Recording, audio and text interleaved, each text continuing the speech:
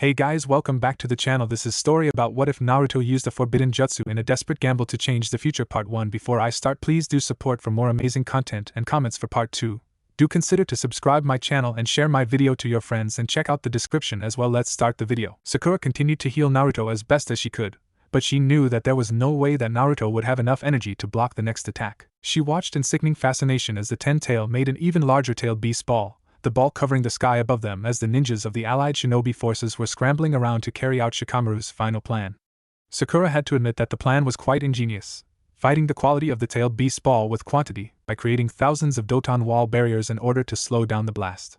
However, she doubted that the plan would do any good against the destructive ball of power. Beneath her hand, Naruto turned towards the medic Nin and smiled. "Hey Sakura?" "Yes, Naruto?" The blonde idiot gave her his signature idiotic grin. "Thanks for being my friend and teammate through everything. You're the best, Sakura." She held back the tears in her eyes as she smacked the back of Naruto's head and smiled. "Baka, we're gonna get through this. Don't make it sound like we're about to die." Even as she said those words, Sakura knew that they were doomed. However, outer Sakura's expression didn't change, and she refused to give up the last bit of hope she had. She firmly believed that someone or something would save them or help them escape. There was something mysterious in Naruto's sapphire eyes as he looked straight at Sakura. "I know. I just want to tell you how much I appreciate you." Despite the situation, Sakura had to let out a small laugh. "This is very sudden, Naruto. What is it? I can definitely tell that you're hiding something." "Trust me, Sakura, it's nothing." "Nothing? You forgot to tell her that you're about to do a powerful, forbidden jutsu that can potentially be fatal when used." The nine-tailed fox scoffed at his partner. "Kit, are you sure you want to use this jutsu? If we pushed ourselves enough, we could probably help Gyuki deflect the next shot. You and I both know that the 10 tails can just create another tailed beast bomb to destroy us all. And if it unleashes its Tenpenki technique again, we won't be able to stop it. We've used up too much chakra and you know that too, Kurama." Naruto simply replied. He was sitting and studying the scroll that the 9 tails had given him that contained the forbidden technique. "If we manage to pull off this jutsu, we'll be able to save thousands of lives and we can stop this from ever happening." "I can't say that you're lying, Kit. But are you ready to take the risks and go back into the past? Are you prepared to be isolated and hated once again by your entire village?" Kurama asked the boy. Naruto let out a snort. "If I can save the hidden leaf from destruction and prevent this entire war from even happening, I'll gladly go through a decade of suffering by myself. Maybe this time around, we can have peace across the world without death and destruction. As for the risks, we're about to die anyways." "An idealist like always, Kit. But your selfless ways is what convinced me to work with you anyways." Naruto folded the scroll and tossed it back to the fox, the scroll disappearing as it flew through the air. "I think I got the gist of it. Forbidden jutsu, time manipulation." The fox nodded. "After this, you will not be able to use that jutsu again. You have only one shot to change the past. I'll also remind you again that though your memories and spiritual energy will be transported back, your physical body and chakra system will still be out of shape and young. You won't be able to use the Rasengan or any of your very powerful jutsu right away, but it will be easier for you to relearn them." After hearing this, Naruto groaned. "Great, so I'll have to basically train harder than ever. At least now I know how to use the shadow clones to boost my training." The Jinchuriki stood up and stuck out his fist to the fox. "With you and I as a team, we'll definitely be able to take on the ninja world. Believe it." A small chuckle came out of the fox's mouth as he gave a smirk to his comrade and prison guard. "Of course, Kit. I'll help you every step of the way. But before we actually carry out the jutsu, I'll like to tell you something about the jutsu." Naruto titled his head. "Like what?" "You can bring back one person with you on this journey. The person that comes back with you will also return to their younger bodies at exactly the same time you do. Do you want to bring someone with you back to the past? I'm sure that your pink-haired friend would be." "No, Kurama," Naruto abruptly said. "I don't want anyone else to be burdened by this." "But Kit, if she came with you, she could help you on your journey. Besides, you're the one that said that your comrades have made you stronger." "I'll just help her and Sasuke grow faster. I don't want her or anyone else going back into the past knowing that if they failed, the world would end. That is a burden for me and me alone." "Selfless. Maybe a little too selfless." The fox grimaced. "All right, Kit. Let's do this." Sakura was surprised when she saw Naruto weaving his hand to make hand seals. "Naruto, your chakra is exhausted and your body is physically weak. You're in no shape to use another jutsu." "Don't worry, Sakura." Naruto gave her a small, weak smile. A smile of regret. "This jutsu will be the final jutsu I use." "What the hell are you saying, Baka?" Sakura said. Already, she was preparing to hold him down so he wouldn't do anything stupid. He stared at her before he looked down to focus on his work.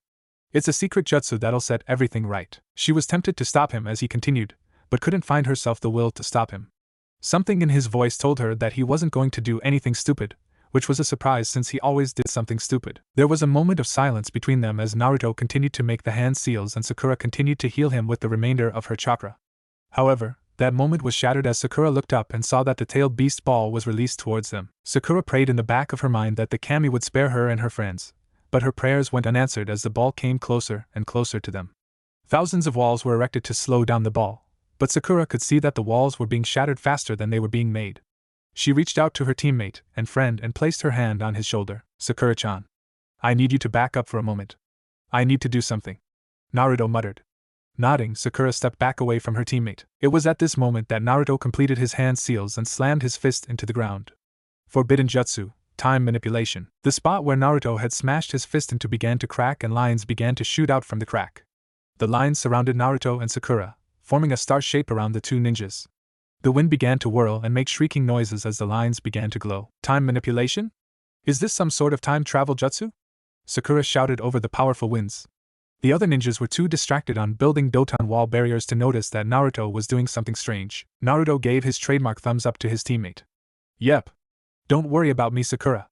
I'll change the future for the better.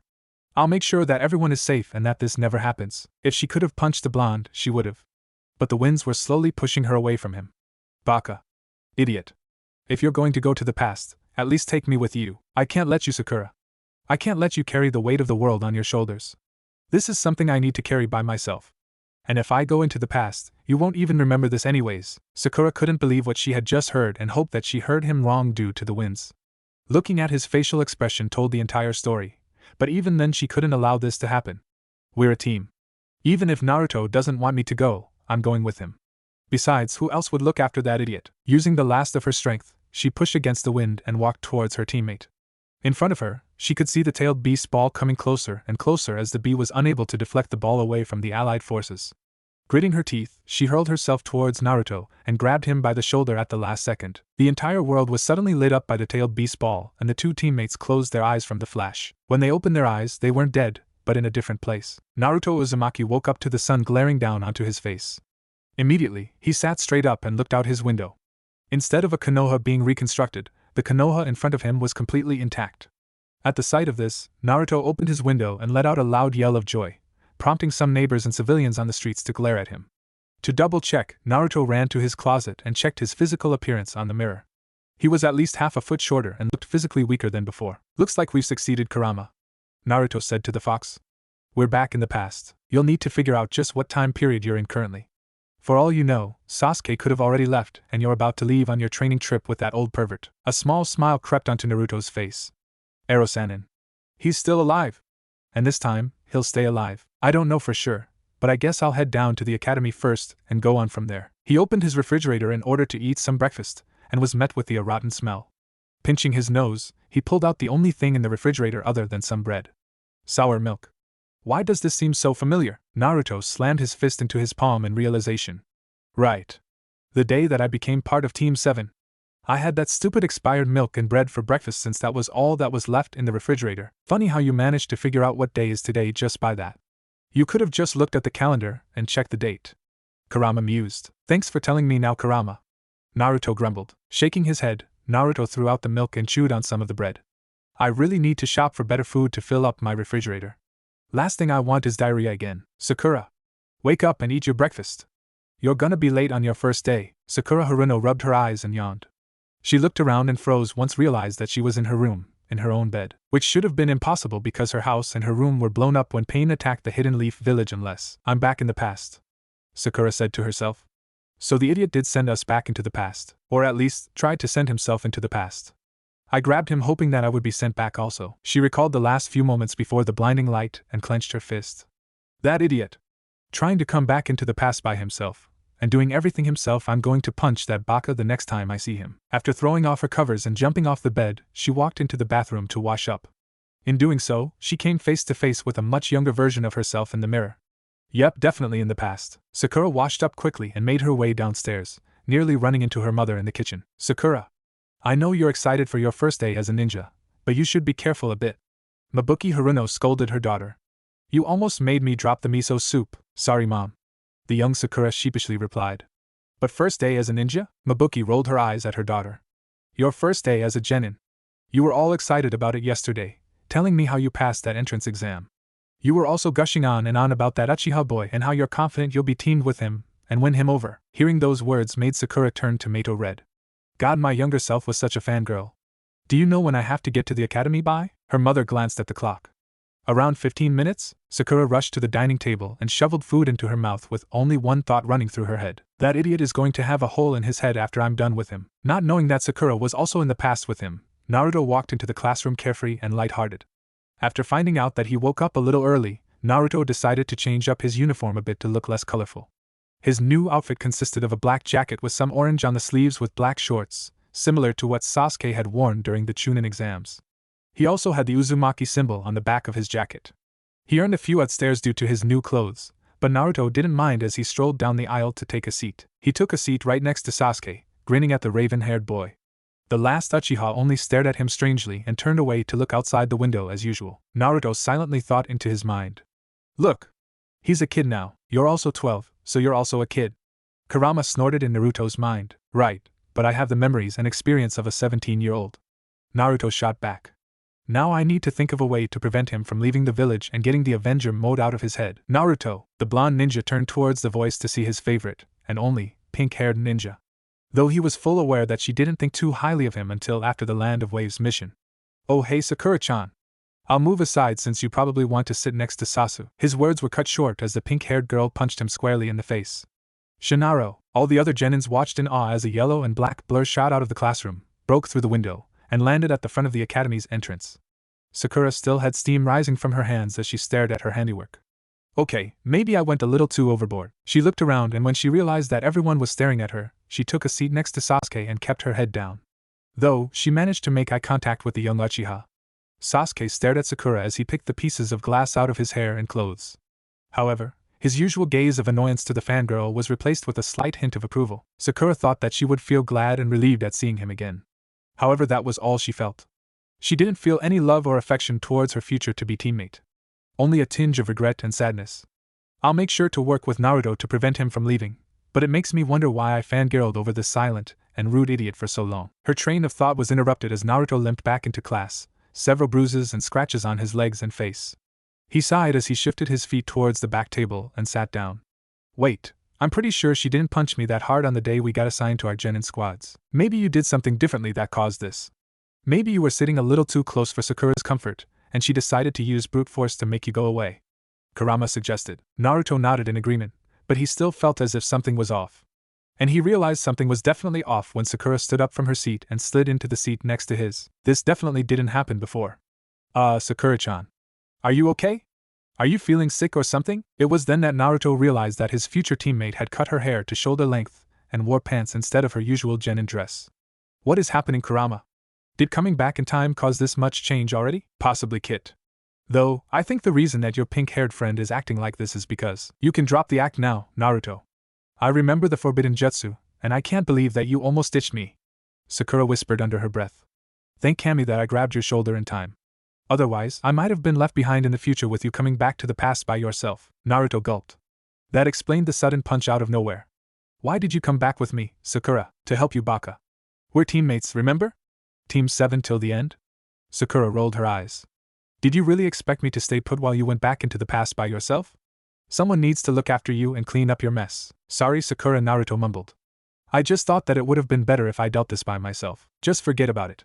Let's just focus on the present. Or past. Sakura replied. This time travel thing is really confusing. If Naruto and Sakura can stay silent, I will assign all of you to your Jounin instructors. Iruka-sensei shouted in front of the class. This caused a lot of snickering and curious looks toward the two clearly embarrassed students. Good, now I will read out the team numbers, the 3 genin in the team, and the team's Jounin. The sensei began to read the list, announcing all the new teams. Naruto and Sakura already knew the team they would be in, but sat silently and calmly in the back as their names were called. Okay, our next team is Team 7, Haruno Sakura, Uzumaki Naruto, and Uchiha Sasuke. This time around, both Naruto and Sakura didn't cheer as the names were called. Instead, the duo stayed silent as the rest of the names were called. They were already silently scheming in their heads and barely realized that class had been dismissed for the day. Before the two left, Naruto turned to his new teammate. Hey Sakura, I also realized something now that we're back in the past. Your chest is even smaller than before. In Naruto's head, Kurama face-palmed and knew what to expect. A visible tick mark appeared on Sakura's forehead. Shinaro, okay, this is getting really old now. I'm used to him being late, but I forgot that he was extra late on the day that we met. Naruto mumbled silently to Sakura so that Sasuke couldn't hear. His friend nodded in agreement. Kakashi had slightly fixed his habit, and was only an hour or two late to everything in the future, but now the white-haired jounin was running a solid 3 hours late to the first team meeting. Everything was a lot more different than before, mainly because Sakura from the future was also by his side.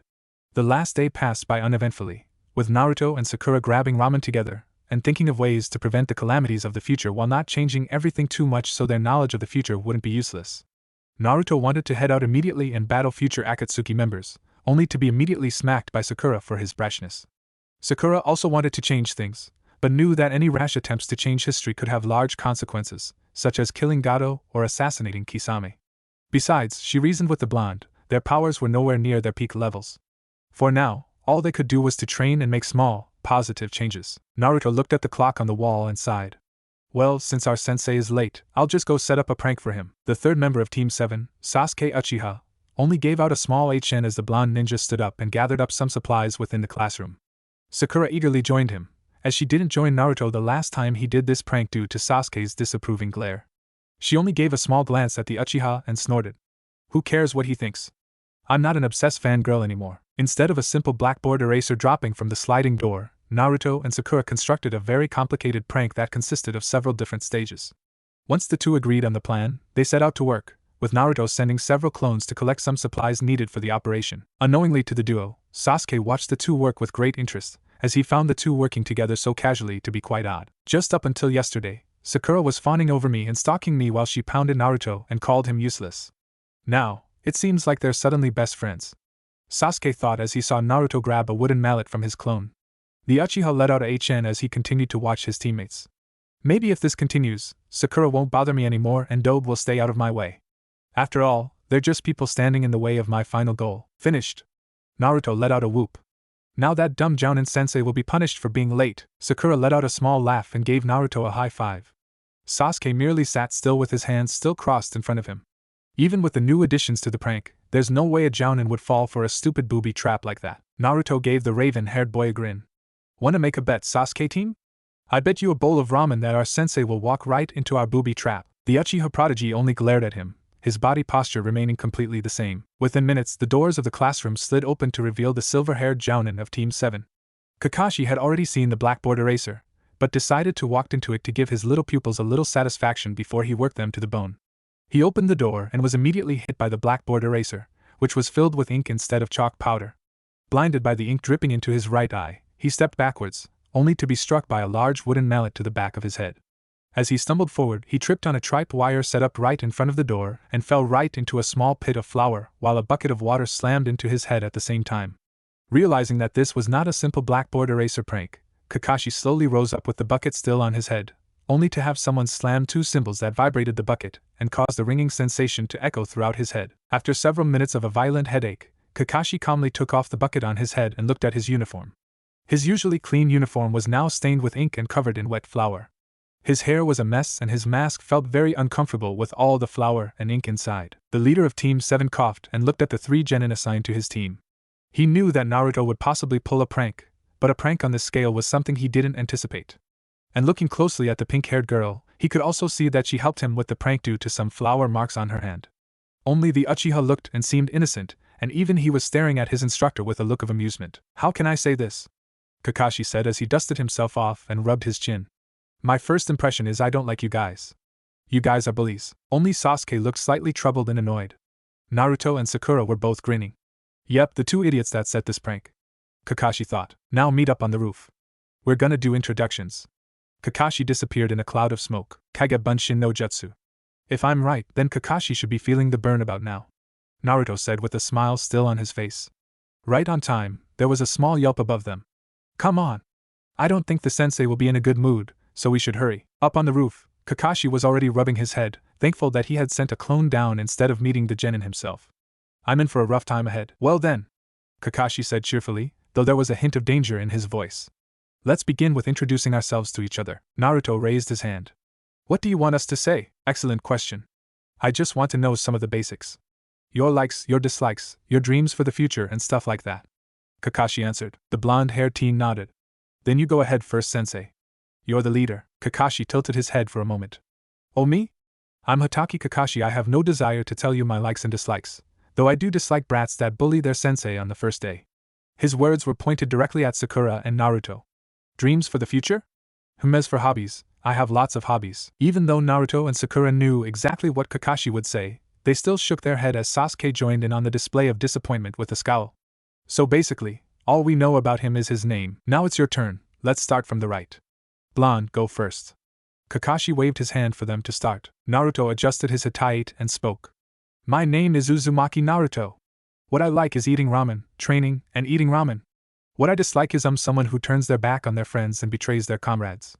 My hobbies are training, eating ramen, and learning new jutsu. My dream is to become the greatest Hokage and bring peace to the entire world. That sounds fairly normal, except his dislikes sound odd. Bringing peace to the world, he's already dreaming big. Alright, next. My name is Uchiha Sasuke. There are lots of things I dislike and I really don't like anything. And I can't really call it a dream, but I have an ambition. The resurrection of my clan and to kill a certain man. The raven-haired boy answered solemnly. Itachi. Maybe this time around, we can save him. That's it? Naruto asked his rival. For the first time in a long time, Sasuke blinked in surprise. What do you mean, Dobe? Your entire life is just going after one guy and killing him?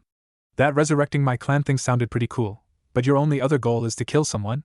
Geez, and what's gonna happen after you kill him? Sasuke actually looked like he was considering what Naruto said as Kakashi raised his hand and silenced them. Naruto, your introduction was only slightly better, but stay silent and wait for everyone to finish. Now let's wrap this up with the girl. My name is Hanuro Sakura. I like a lot of things, but I mainly like to study medical ninjutsu, hang out with friends, and read. I dislike double-crossing traitors that turn their backs on their friends and close ones. I also dislike rude people who disregard others as inferior. My hobbies are studying and training to constantly improve myself. My dream is to one day surpass Tsunade the Sannin as a medic and help build an alliance in which ninjas of all villages can live in peace together. She doesn't sound like the fangirl that people make her out to be. In fact, if anything, she sounds almost like Naruto in a lot of aspects, Kakashi thought in his head. Though, I'm not sure if that's a bad thing. If she actually has goals and dreams instead of being motivated solely by the Uchiha boy, it'll help her improve early on. Alright. That's it for the introductions. Tomorrow, we'll officially start our duties as shinobi of the Hidden Leaf. Kakashi announced to his genin squad. But before we do anything, we'll be doing something with just the four of us. You can call it a survival training. This won't be a normal training. During this training, I will be your opponent. Seeing that the three genin were impassive, Kakashi chuckled a bit to himself. You three look awfully calm even after I told you that you will be facing me during this training. I hope you guys don't freak out when I tell you this, but of the 27 graduates, only 9 will be chosen to become genin. Everyone else will be sent back to the academy.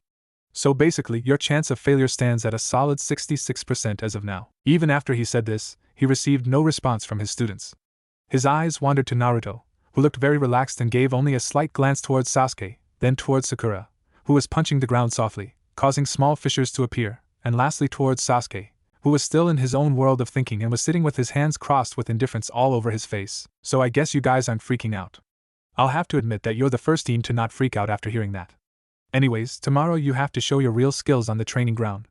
Bring all the shinobi tools you have. Make sure to skip breakfast too, you might throw up from the training you'll get tomorrow. Kakashi told the group. I was gonna give you a small brochure to give you a small hint of what's to come tomorrow, but since you set that really mean prank on me, I'll just let you three freak out till tomorrow. Till then. And with a small wave of a hand, he disappeared into a cloud of smoke. Yo Sasuke, wanna grab lunch together and train for tomorrow's survival training? Sakura is coming along too. Naruto asked the Uchiha with his trademark stupid grin. A simple frown and a HN answered the question as Sasuke walked away from the two without even waving goodbye. Naruto scrunched up his face and shook his head. He still has a stick up his ass, the bastard. Sakura gave her teammate a reassuring pat on the shoulder. He'll come around in the future. After all, he hasn't been corrupted by Orochimaru, and he's still redeemable. We just need to figure out a way to break his Avenger mode and convince him that it'll be worthwhile to stay in Konoha with us. You're just being soft on him because you love him. Naruto grumbled. At least our goal of keeping Sasuke in Konoha is easier because he's still here in the village as a shinobi instead of being a missing nin. Do I really still love him? Sakura wondered to herself. It's good seeing him again, but the last few encounters with him weren't exactly pleasant. Besides, even after all those years of chasing him, he showed no signs of returning my feelings or even a hint of returning to Konoha again. I think the best way to keep Sasuke in the village is to become powerful ourselves. If we stay constantly ahead of him and show that we have something to offer and teach him, he won't see as obstacles to his goal and maybe see us as partners. Maybe if we told him the truth about the Uchiha massacre, it'll turn off his Avenger mode and allow him to develop a better goal for himself. Obsession over revenge isn't really healthy for anyone. Naruto hesitantly nodded. I think we should tell Gigi about everything soon. Maybe after we relearn some of our stronger jutsu and after we do the wave mission. It's only after the wave mission that we earn Sasuke's respect and friendship, and he'll be more willing to hear us out after that. Not a bad idea for the dead last. Sakura answered with a grin. Let's grab lunch somewhere other than Ichiraku's ramen and test out our current strengths. We need to prepare ourselves for tomorrow's test. I really want to flatten Kakashi-sensei's face and be part of the first genin team to take a bell from him. The duo laughed as they walked away, not noticing a familiar figure reading an orange book on the side of the academy building. After eating at a small sandwich shop near the outskirts of town, partially due to Naruto's request on avoiding the more populated areas, Sakura and Naruto made their way to the third training ground, where the survival training would be carried out the next day. While Naruto was focusing on remastering the Rasengan, Sakura was doing physical and chakra control exercises. This is so frustrating. Naruto shrieked as the 29th attempt of a Rasengan dissipated in his hand. I definitely remember how to do it, and can almost feel the jutsu on the tip of my fingers, but I just can't do it. It took you a week to complete the Rasengan last time, didn't it? You should be able to finish it faster this time around since you already know the stuff you need to do to make the Rasengan. Sakura was standing upside down from a tree branch while she practiced her chakra control. Naruto punched a tree, only to find that he wasn't as strong as he was before. He let out a small yelp as his fist began to turn red while the tree trunk was completely intact. I hate this stupid, weak body. I really need to train extra hard, but the bell test is tomorrow, Sakura pouted. You do know that there are other ways of fighting Kakashi, right? Do you remember how we beat him last time? Naruto thought for a second and smiled. Right, I pretended to know the ending of the Ika tactics and forced him to cover his eyes and ears. Do you think it'll actually work this time around? I mean, why not? He won't expect it this time around because we haven't actually done it yet. Besides, we need every edge we get since we don't have our full strengths. I think I should be able to enhance my strength using chakra control, but that's about it. Maybe if we had more time, Sakura told the blonde. The son of the fourth Hokage only grinned. It's fine. It's not like we need to beat Kakashi or get the bells. We just need to have a plan and show teamwork in order to pass. And I think I have a plan that should have Kakashi running for his money. You? With a plan? The world must be ending or this must be a genjutsu. Sakura looked at Naruto incredulously. Ha ha. Hilarious. Naruto replied dryly. The plan should work if I manage to master some lower rank jutsu and have Sasuke follow along with the plan. Pulling her close, Naruto began to whisper the plan into her ear, with the pink-haired girl nodding with an approving look. Not bad, Naruto. I think that plan could actually work if everything went well. Well, that's why we're training Sakura-chan. Naruto replied with a smile. We need to be prepared for tomorrow. The two continued to train, with the rest of the training being uneventful. Though, towards the end of the practice, a boy with jet black hair watched carefully as the duo trained intensely. I feel so drained, Naruto complained as he walked down the marketplace with Sakura by his side. I haven't used up this much chakra since, well, the fight against 10 Tails. After training, Naruto mentioned that he needed to go to the marketplace to stock up on some food after encountering an empty refrigerator the day before. Not wanting the blonde to only stock up on ramen, Sakura insisted on going to the marketplace with him so he could buy some healthy and nutritious food. Ramen is nutritious. I mean, I was like pretty much everyone else's height even after eating ramen daily. Naruto whined, only to be punched by Sakura. In order to not draw attention himself or Sakura, Naruto used the Henji no Jutsu to disguise himself as a brown-haired, brown-eyed ninja. He blended in perfectly with the crowd of civilians on a busy weekday night, unlike his normal appearance that distinctively stood out due to his blonde hair. So, what are we even gonna buy, Sakura? I don't have much money since we haven't started missions and ramen is cheap too. That's why I always buy it in bulk, Naruto said. Sakura threw him the look, but it was much softer than usual. So that's why he ate so much ramen when he was younger. He didn't have any money to buy actual food and the habit of eating cheap instant ramen stuck on forever. It's fine, Naruto. I have some allowance money that I can use to help you buy food. It's not like I pay for my own food back at home. You can pay me back after we start doing missions. The disguised brown-haired ninja smiled. Thanks, Sakura. Though, I still would prefer ramen. A tick mark appeared on Sakura's forehead, and it stopped Naruto from making any further comments. They walked into a small grocery store where Sakura usually went to buy fresh fruits and vegetables for the Hanuro household. Is Sakura-san? Are you here? Sakura shouted into the shop as the two entered. Although the shop was quite small, the shelves were crammed with everything from fruits to chips. Ishikura Ai, the owner of the shop, stepped out from the back. The shopkeeper, a woman in her early 60s, welcomed Sakura warmly. Good evening, Sakura. Buying groceries for your parents again? You're such a kind soul.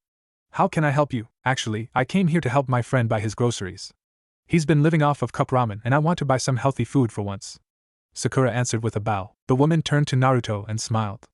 Naruto smiled back, feeling relieved that he wasn't being chased out or yelled at due to his henge that covered his real face. Well, hello, Sakura's friend. What's your name? Naruto hesitated before answering. My name is Nagato. Pleased to meet you. Well, Nagato, I know that Sakura will be able to help you easily. She's been coming to my shop for years, ever since she was a little girl, to buy her parents' groceries. Ishikura said as he shook the boy's hand. Since it's your first time here and you're a friend of Sakura, I'll give you a small discount. After all, young boys like you need to eat and grow. The brown, or blonde-haired boy thanked the woman and went back to Sakura, who already had a basket full of assorted vegetables, fruits, meats, and dairy products. She knew the bottomless pit that Naruto called his stomach and had to buy at least double the amount of what her entire family would eat for him to survive the next week or two. Here, Naruto. There's a mix of every food class in the basket, enough food to last you a week or two, I think. She handed him a small piece of folded paper. Just make sure to eat the appropriate amount of servings written on the paper each day, and it'll keep you healthy. Naruto nodded, but his eyes still wandered hungrily to the pack of instant ramen on one of the shelves. Sakura-chan, can I just get one pack of instant ramen? Maybe if you do well for a week, Naruto. You can still go to Ichiraku's ramen once a day since they actually make their noodles and use fresh ingredients, but you have to avoid the instant and cup ramen. They have a lot of artificial ingredients. Yeah. I got you, Sakura. I'll eat the food. Naruto took the basket from her and pulled out his wallet. Because I know you're looking out for me. She gave her teammate a small tap on the back of his head and smiled. And maybe after eating healthy for a few months, you'll be finally taller than me and the others. I'm not that small. Naruto went up to the shopkeeper with the basket and wallet in hand. How much for all of this? Ishikura looked over the contents of the basket for a few minutes and calculated the number on a piece of paper. That will be 20,000 ryo with the discount. With a small gulp, Naruto turned towards Sakura. You said I can borrow some money from you, right? I only have 5,000 ryo. I promise I'll pay you back after the first few missions. Thought. The old woman looked at the young ninja. Nagato, do you not have enough money? I apologize, Ishikura-san. NAR Nagato is my teammate, and he's an orphan that lives by himself, so I told him that I'll let him borrow some of my money. Here, I'll pay for him instead. Sakura interjected, already pulling out her wallet. Instead of accepting the money, Ishikura shook her head. No, it's fine, Sakura. Nagato, since you're an orphan and you're living alone, I'll let you have the groceries today for free. But do come back and buy more in the future when you have money. Just keep this a secret. I don't want the villagers to come to my store and ask for free food. That would be terrible for my business. Nagato didn't know what to say. He had never really been treated so nicely before he defeated Pain, in which he earned the respect and trust of the villagers. Thank you, Ishikura-san. I'll definitely pay you back in the future. The old lady laughed as she placed all the items in a bag. That's the spirit.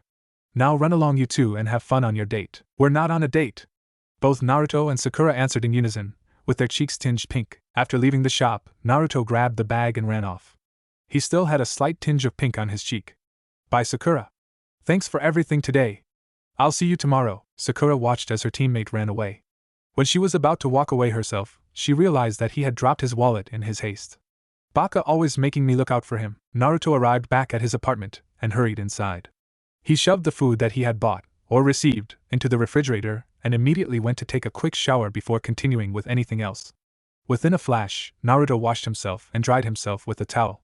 He slapped on some shorts and undershirt for comfort and walked back into the kitchen. He looked at the small piece of paper that Sakura had given him and scratched his head. Around 3 servings of grain every meal, which is around 3 slices of bread or a cup of rice, 2 servings of vegetables per meal, which is about 2 cups of vegetables or a full cup of vegetable juice. Naruto rambled on. Damn, this list is long. I didn't know I had to eat so specifically when I agreed to do this. He pulled out some of the food that he bought from the refrigerator and placed it on the counter, only to stare at the food for a solid 5 minutes. Now what? Do I eat these raw or? A knock on the door didn't answer his question, but formed another question in his head. Who would visit me right now? And how do they even know I live here? Naruto peeped out the small fisheye that allowed him to see the person visiting him outside. The person was a pink-haired girl with a red shirt and black shorts. Sakura? What are you doing here? Naruto asked the pink-haired ninja. She rolled her eyes and shoved the wallet into his face. You dropped your wallet, Baka. Do you have to be irresponsible even when you're 17? The undisguised blonde scratched the back of his head.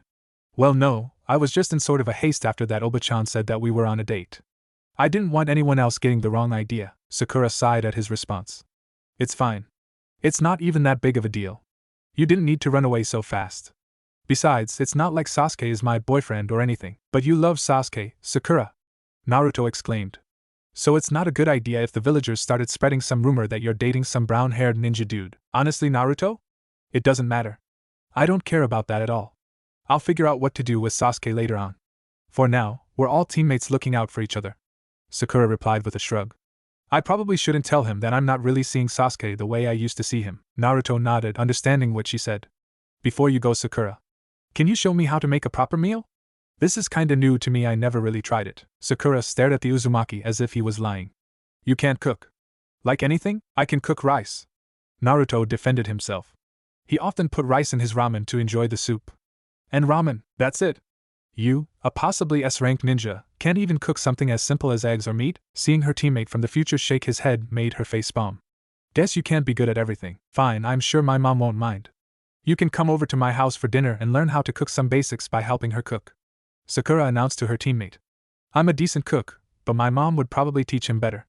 Besides, if he comes, I won't need to help mom cook for today. Really? Then let's leave now. Naruto yelled excitedly, literally dragging Sakura out into the hallways. Shinaro! Sakura punched the blonde as he was hit with a familiar sensation. At least put on some decent clothes.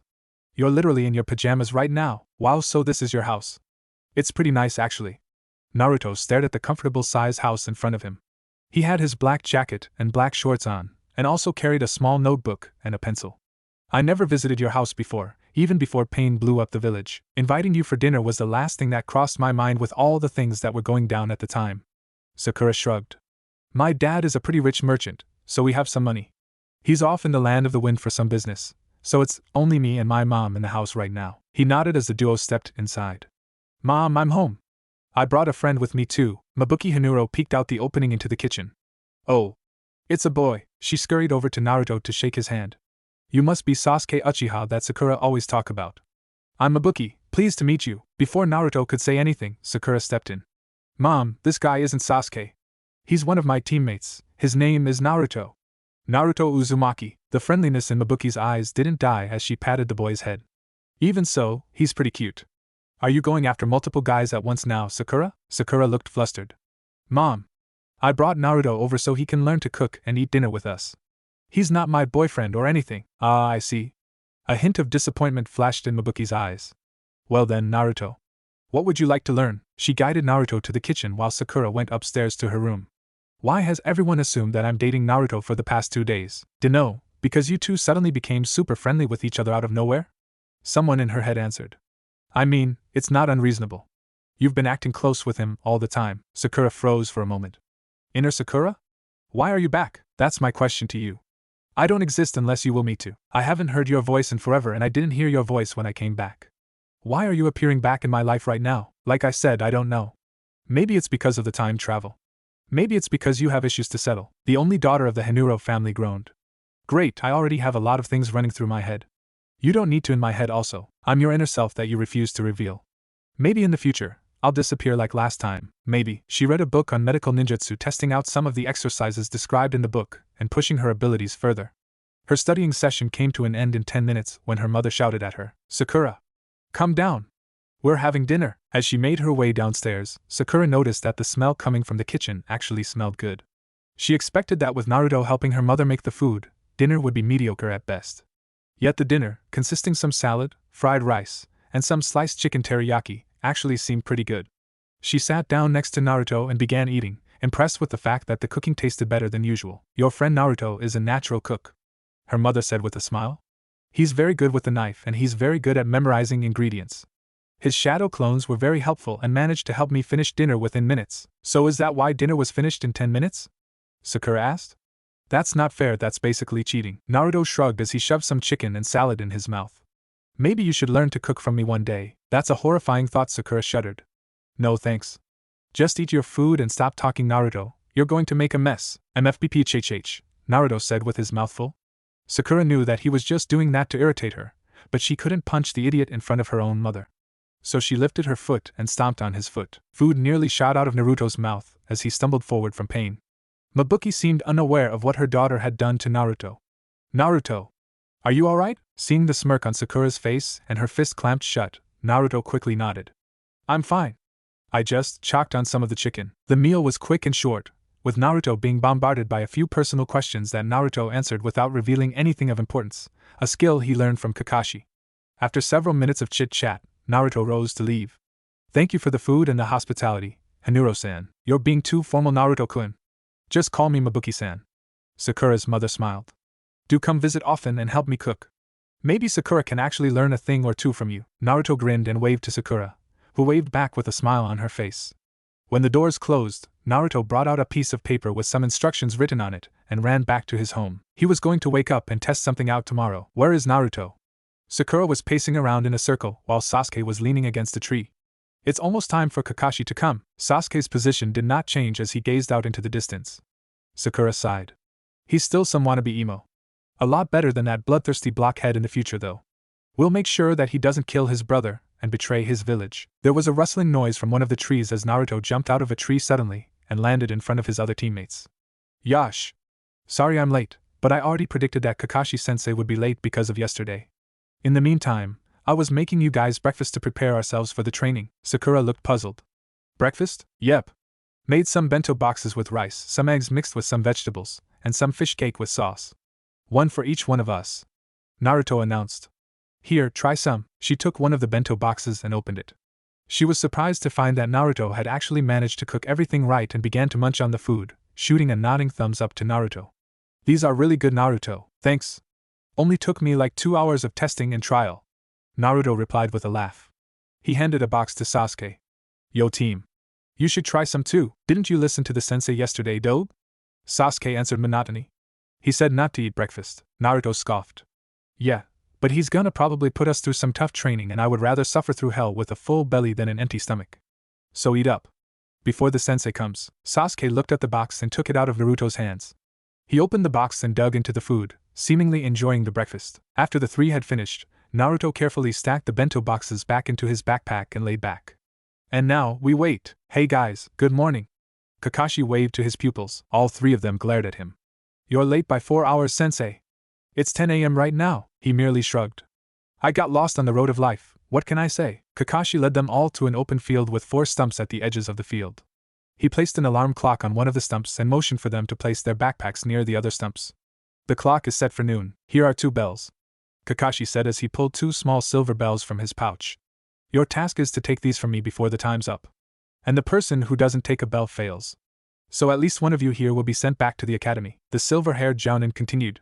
You most likely won't succeed in this test if you don't come at me with the intention to kill. He looked around as if he expected an outburst from one of the genin, but all 3 were silent with their kunai out in front of them. Okay, then let's get going. Ready, begin. All 3 genin in front of him disappeared from sight. The test had begun. The most important thing for a shinobi is to be able to hide yourself, Kakashi said loudly, rubbing the back of his head. After he said start, the 3 young ninjas had disappeared into the woods surrounding the field, instantly going into hiding. Instead of going into a battle stance, Kakashi casually pulled out a copy of Ika Ika Paradise and started reading. After a few minutes of silence, Kakashi nodded. Interesting. I would have thought that Naruto would have came out screaming. I'm quite impressed. Seems like he's not totally immature and useless. Kakashi had already pinned the location of the 3 genin, but didn't know that they were all shadow clones of Naruto. The real 3 members of Team 7 were deeper in the woods, with Sakura and Naruto forcefully dragging Sasuke along. Let me go, Dobe! Sasuke yelled as 2 Naruto clones dragged him next to the other 2 members of Team 7. We're supposed to fight Kakashi and take the bells from him, not retreat and waste time. Sakura gave Sasuke the same treatment she usually gave Naruto, a small thump to the head. Although Naruto was used to it, Sasuke didn't expect a punch and wasn't used to being thumped by a fangirl. She gave the rookie of the year a glare. Shut up, Sasuke. We need to make a plan if we want to beat Kakashi-sensei. He's a jounin. Do you think it'll be that easy to take the bells from him? The Uchiha gave her a dubious look. What are you suggesting? She means that this test isn't a test of individual skill, but teamwork. Naruto explained to Sasuke. Think about it. We're 3 fresh idiots out of the academy.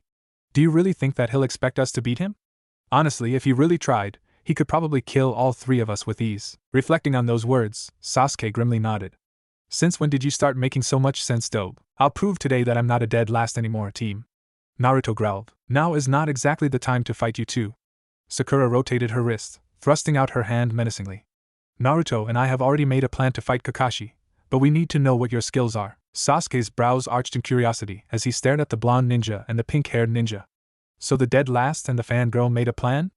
Normally, I wouldn't exactly trust you two to do anything and go ahead to fight Kakashi by myself. But I caught a glimpse of you two training yesterday, and I'm guessing you two are actually taking this seriously. I'm a good taijutsu fighter, I can break basic genjutsu, and I know a variety of katan jutsu. My strongest jutsu would be the Gokaki no Jutsu, the Great Fireball Jutsu. Sasuke listed. Sakura already knew this, but she wanted to make it look like she didn't have any prior knowledge of his skills because she wasn't a stalker. Or at least she wasn't anymore. I have a plan that should be able to show our teamwork to Kakashi and to grab the bells to impress him further. I have no guarantees it'll work, but it should at least give an impression that we're all working together. Naruto, how long till your shadow clones disperse? Naruto scratched his head. They'll be able to go for a long time and take a hit or two because I put extra chakra in them, but Kakashi will definitely become suspicious in like 10 to 20 minutes if we don't act. The pink-haired ninja nodded. Alright, I'll give you a basic rundown of our abilities so you also have a basic idea of what we can do. If the plan goes wrong or we have to improvise, you can call us out if you see an opening and we'll help you out. The raven-haired boy looked reluctant, but didn't object as Sakura began to call out their abilities. I have really good strength, enough to shatter boulders, trees, and create fissures in the ground. I can also use basic medical ninjutsu to heal cuts and bruises. I'm also decent at genjutsu, though I don't have much practice in that. I'm pretty strong at taijutsu and I have a lot of chakra. I can literally create thousands of solid clones if I wants to.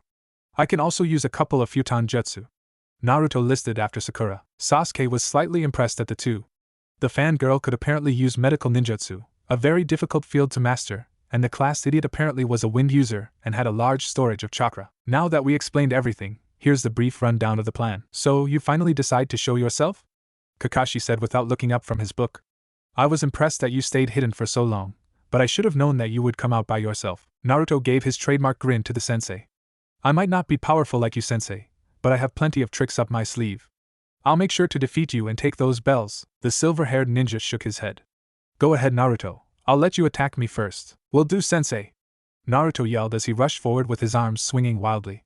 He brought his right arm forward as he attempted to punch Kakashi in the face, only for the sensei to duck the punch. Pretending to be frustrated, Naruto gritted his teeth and brought out his left leg to kick the squatting jounin.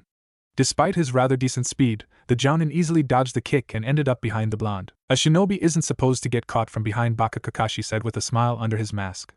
His eyes twinkled as he shouted loudly. Hidden Leaf Ancient Taijutsu Supreme Technique. 1,000 years of pain. The bewildered expression of Naruto as Kakashi rammed his fingers up the boy's butt was priceless and would have made Kakashi chuckle for days. But Naruto popped after being hit by Kakashi's fingers. Crap. A shadow clone, Kakashi said, turning around quickly to see the real Naruto charging forward with Kakashi. Sasuke made the hand seals and sucked in a deep breath. Katan, Gokaki no Jutsu. At the same time, Naruto formed his own hand seals and blew. Futon, Kaze Jirai no Jutsu, Wind Style, Wind Torpedo. A massive fireball was launched from Sasuke's mouth while a wind torpedo was launched towards the fireball. After colliding with the fireball, the strength and the speed of the fireball instantly increased, making it move rapidly towards Kakashi. A collaboration jutsu to increase the power of the fireball by adding the wind element to it. I definitely didn't see that coming, Kakashi thought as the fireball streaked towards him. How the heck did they even have time to figure that out? I thought Sasuke and Naruto hated each other. Even Kakashi knew that the fireball was too fast to avoid, so he quickly formed hand seals. Doton. Shinjuzanchu no Jutsu, Earth Style, Inner Decapitation. The fireball smashed into the ground where he was standing right as he ducked into the ground below. The fireball itself created a large crater, and he quickly burrowed himself underground and traveled towards the two unsuspecting genin, or so Kakashi thought. Right after using the jutsu, Naruto had closed his eyes and began to use his enhanced senses to detect Kakashi. Sasuke turned to the ninja and looked at him oddly. Are you falling asleep in battle, Dobe? No.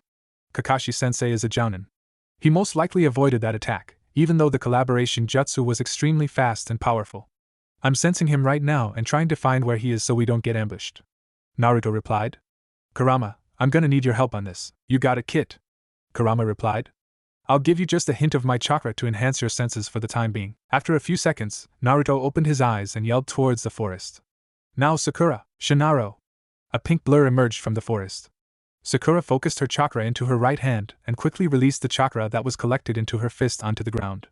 Despite the fact that her physical body was not as strong as it was before, her chakra control was still decent, and her prior knowledge of directing chakra to her fists allowed her to shatter the ground 20 feet radius around the epicenter. Team 7 jumped away from the ground as fissures appeared on the ground. And out from the fissure came out Kakashi, who looked rather battered from the blast. So they used that collaboration jutsu to force me to run away, and they prepared to counter me from every potential angle when I attacked again, forcing me to come out from my hiding. Using Sakura's monstrous strength, they were able to counter my Doton jutsu with ease. Kakashi thought as he dusted himself off. Impressive, my. I'm quite surprised that the three of you are working well together. But you now have 30 minutes until the test is over. If you don't take the bells, you fail. Kakashi told the team without pulling out his book. It seemed like his pupils were putting together a valiant effort, so it was time for him to step it up also. Naruto stepped forward in front of the other two with a mischievous grin. So sensei, I saw that you were reading the Ika Paradise book. While I was passing by a small bookstore in the marketplace, I managed to grab a copy and read the ending of the book since all the male teachers seemed to be engrossed in the book. Wanna hear it? It's pretty juicy actually. Kakashi's single eye widened. No! Don't tell me. So basically, in the end, the main character Naruto began to say. In a flash, Kakashi covered his ears as he shook his head. I must not know. Now, Sasuke and Sakura rushed forward, with Sasuke taking the lead. He slammed into Kakashi, only to find himself attacking a log. Kawarimi no Jutsu. Sakura simply said. Naruto, can you sense him? Naruto closed his eyes and focused again. Coming behind you too. In a blink of an eye, Kakashi appeared behind Sakura and Sasuke, blocking their view of Naruto. Guess I'll have to actually try harder then. You guys are getting really creative. As he was preparing his hand to use a jutsu, a pair of hands shot out of the ground and grabbed the Jounin's feet. Naruto grinned and yelled. Now Sasuke! Sasuke rushed forward and gave a strong punch into the stomach of his sensei. While Kakashi was in the air, Sakura followed almost immediately, using Sasuke as a boost to fly towards her sensei and crash her fist down onto Kakashi's back. She made sure that her punch would cause pain, but not to cause permanent damage. The mighty Konoha ninja crashed into the ground at high speed with the wind completely knocked out of him. As he was struggling to stand up, Naruto pulled out his kunai and performed some hand seals to use a jutsu. Futon, Seijutsu Kazeken, Wind Style, Faithful Wind Blade. He slashed his kunai into the air, causing a wind blade to head towards Kakashi. The wind blade, intentionally made small, sliced the strings that was keeping the bells attached to Jounin's pants. As the bells fell toward the ground, Sasuke moved rapidly to grab the bells before it touched the ground. The silver bells were in his hand as he let out a triumphant smirk. The alarm clock that Kakashi had set earlier finally rang. In reality, only 2 hours passed. To the 4 ninjas in Training Grounds 3, it seemed like 5 minutes. So, Kakashi said, as calmly as possible, who is going to drop out and go back to the academy? All 3 of you did well and contributed to the end of the test in the end. To everyone's surprise, it was Sasuke that spoke up first. I'll go. I saw these 2 training yesterday and fighting side by side today. I might be stronger than Sakura and maybe even Naruto, but they work better as a team. They were the ones that developed the plan and made sure that all our strengths were played correctly. I will return to the academy myself. Yeah, and let the Rookie of the Year lose his chance on advancing? Naruto scoffed. I volunteer to head back. Sasuke is skilled and is more tactical. It was mainly Sakura that developed the strategy, not me. Sakura and Sasuke together will make a good team, with Sasuke's expertise in ninjutsu and taijutsu and Sakura's expertise in medical ninjutsu. Sakura rolled her eyes at that comment. You're both better than me at all aspects except strength. The only thing I'm good at is punching things and healing things. If anything, the 2 of you that are skilled in ninjutsu and taijutsu should be promoted to genin. I can just practice harder in the academy and take the test again in the future. Well, I guess I'll have to decide, and I have decided that all of you have passed. Kakashi announced cheerfully. Kakashi was speechless. He honestly had nothing to say. You know, I actually didn't prepare a speech in the case that you somehow managed to show that you were worthy of being genin or actually took the bells from me. Kakashi emphasized the last part, with a hint of bitterness in his voice. I guess all I have to say is, you did absolutely outstanding today. Naruto and Sakura grinned while Sasuke gave out a small smirk. Kakashi continued. Your individual skills were quite outstanding, but it was your teamwork that was absolutely flawless. To think that Sasuke would combine his fire jutsu with Naruto's wind jutsu was unimaginable for me. Both of you have rather powerful ninjutsu skills for your age. It also seems like Naruto had enhanced senses and was able to warn you two accordingly to react quickly and to avoid my ambushes. Sakura's strength managed to force me out of the ground and knock the finishing blow in the end, which Sasuke helped in by engaging in taijutsu first to create an opening. To see that all 3 of you were playing off each other's strengths and covering any potential weaknesses, your plan was executed flawlessly.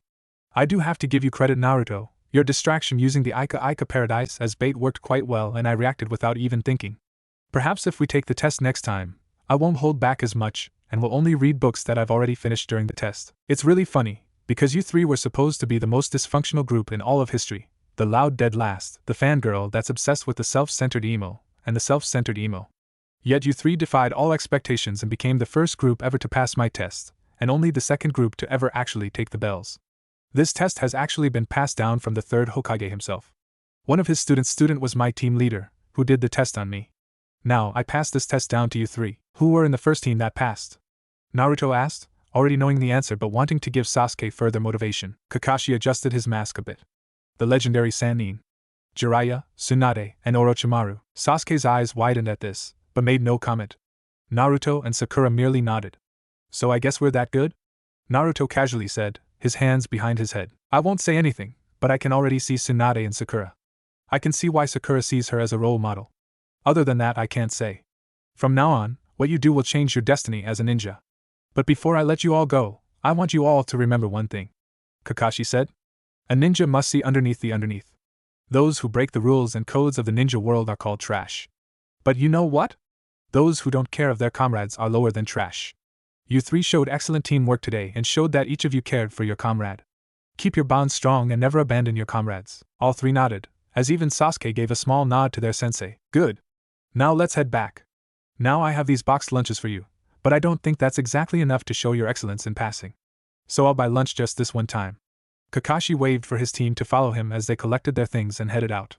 Where do you guys want to eat? Ichirakazare, Shinaro, Naruto went flying as Sakura punched him squarely in the chest. Kakashi winced and rubbed the spot where Sakura had punched him during the training. Despite her size, the girl had incredible strength. As Naruto stumbled back to the group, Kakashi made a mental note to not mess with Sakura when she was in a bad mood. Next to the Jounin, Sasuke was also making mental notes, as today's training had completely changed his perspective on his teammates. Naruto, for the last time. You're supposed to be ramen-free for the week. Sakura yelled at the blonde boy. What's the point of eating healthy if you just gobble up tons of ramen? Just this once, please Sakura. I didn't have ramen all day yesterday. Naruto groaned. Besides, ramen is cheap and I don't think Kakashi-sensei would want to spend money on an expensive place like barbecue. Right, sensei? Glancing at Sakura, who was definitely giving Kakashi the look, Kakashi shook his head. I think we should go to the barbecue place. I have some money in my wallet from a previous mission. It should be enough for today. Sakura smirked as Naruto fell onto the ground in defeat.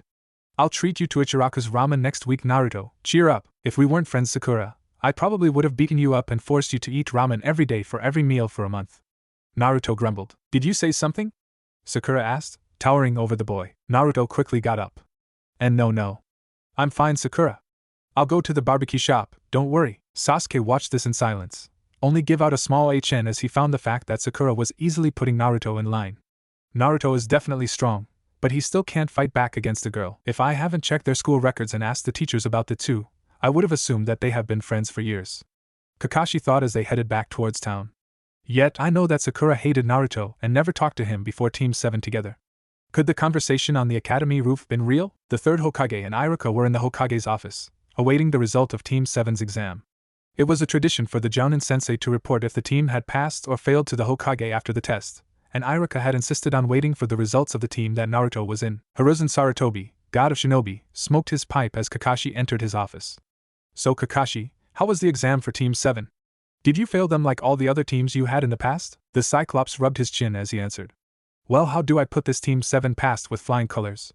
In my opinion, they are literally the best and organized team I've ever seen. So does that mean they passed the teamwork exercise? Sarutobi asked the ninja. More than just passed the teamwork part. The masked Jounin answered.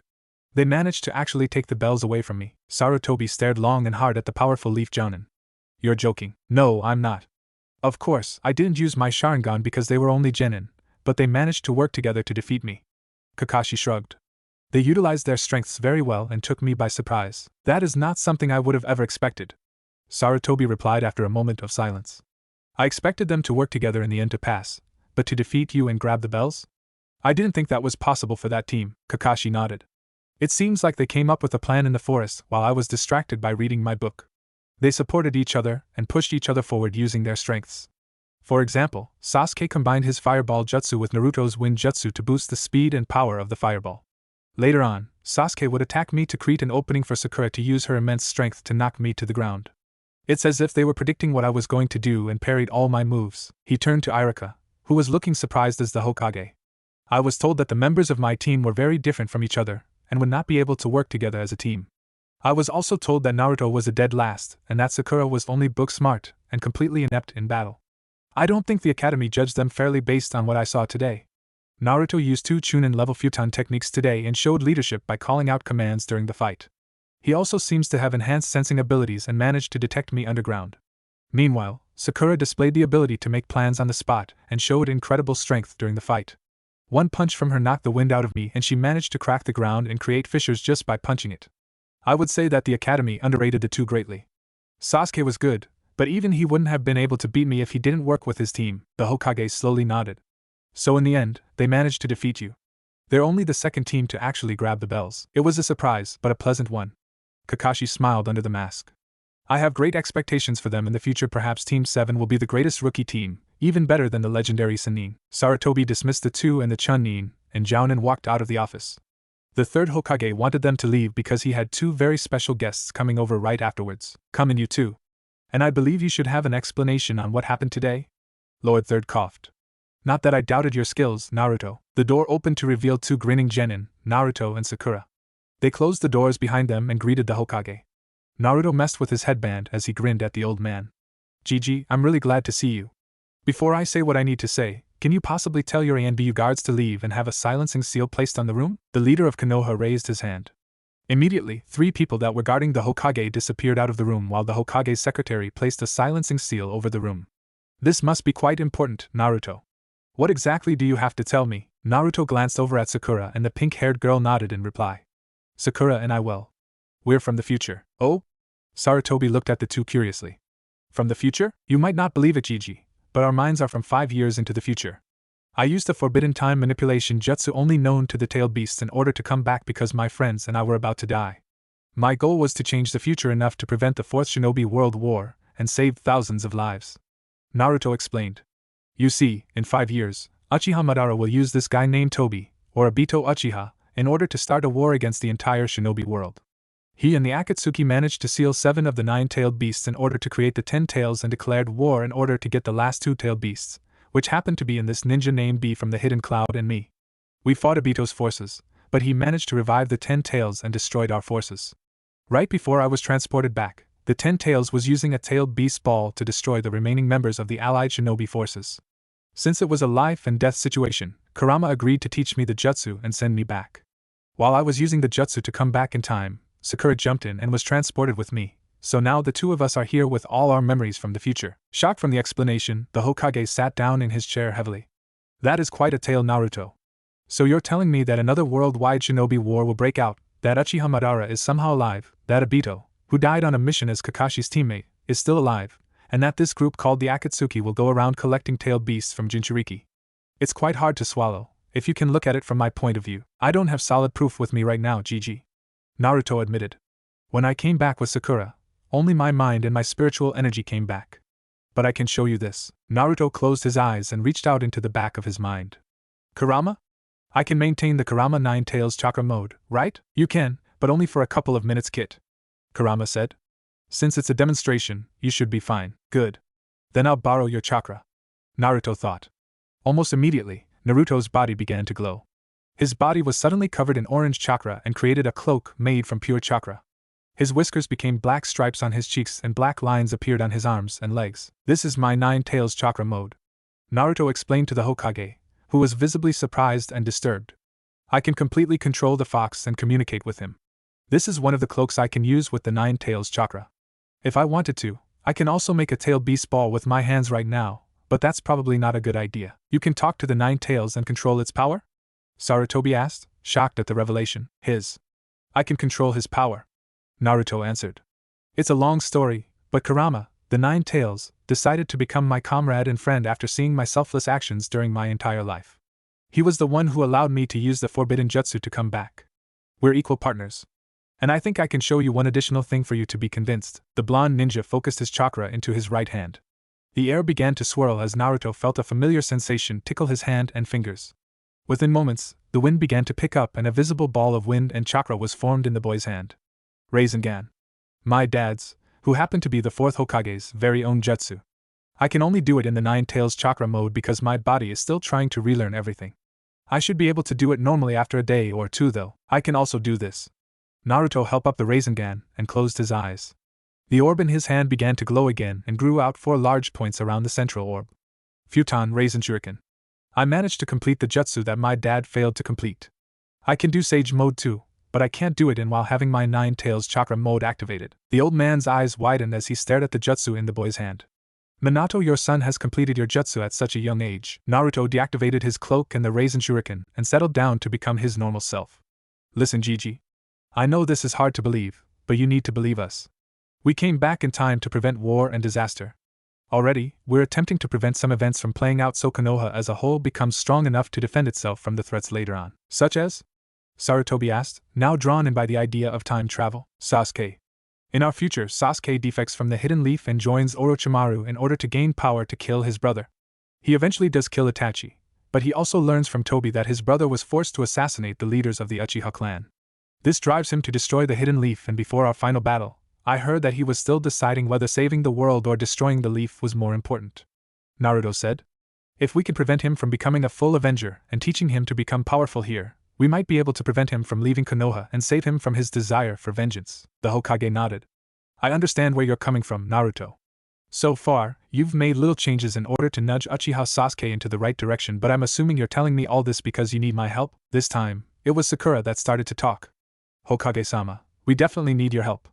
Some of the things we need to do are no small matters, and you, as the Hokage, may be able to help us. I'd like to hear the things you have in mind, you too. Please tell me the things you need currently.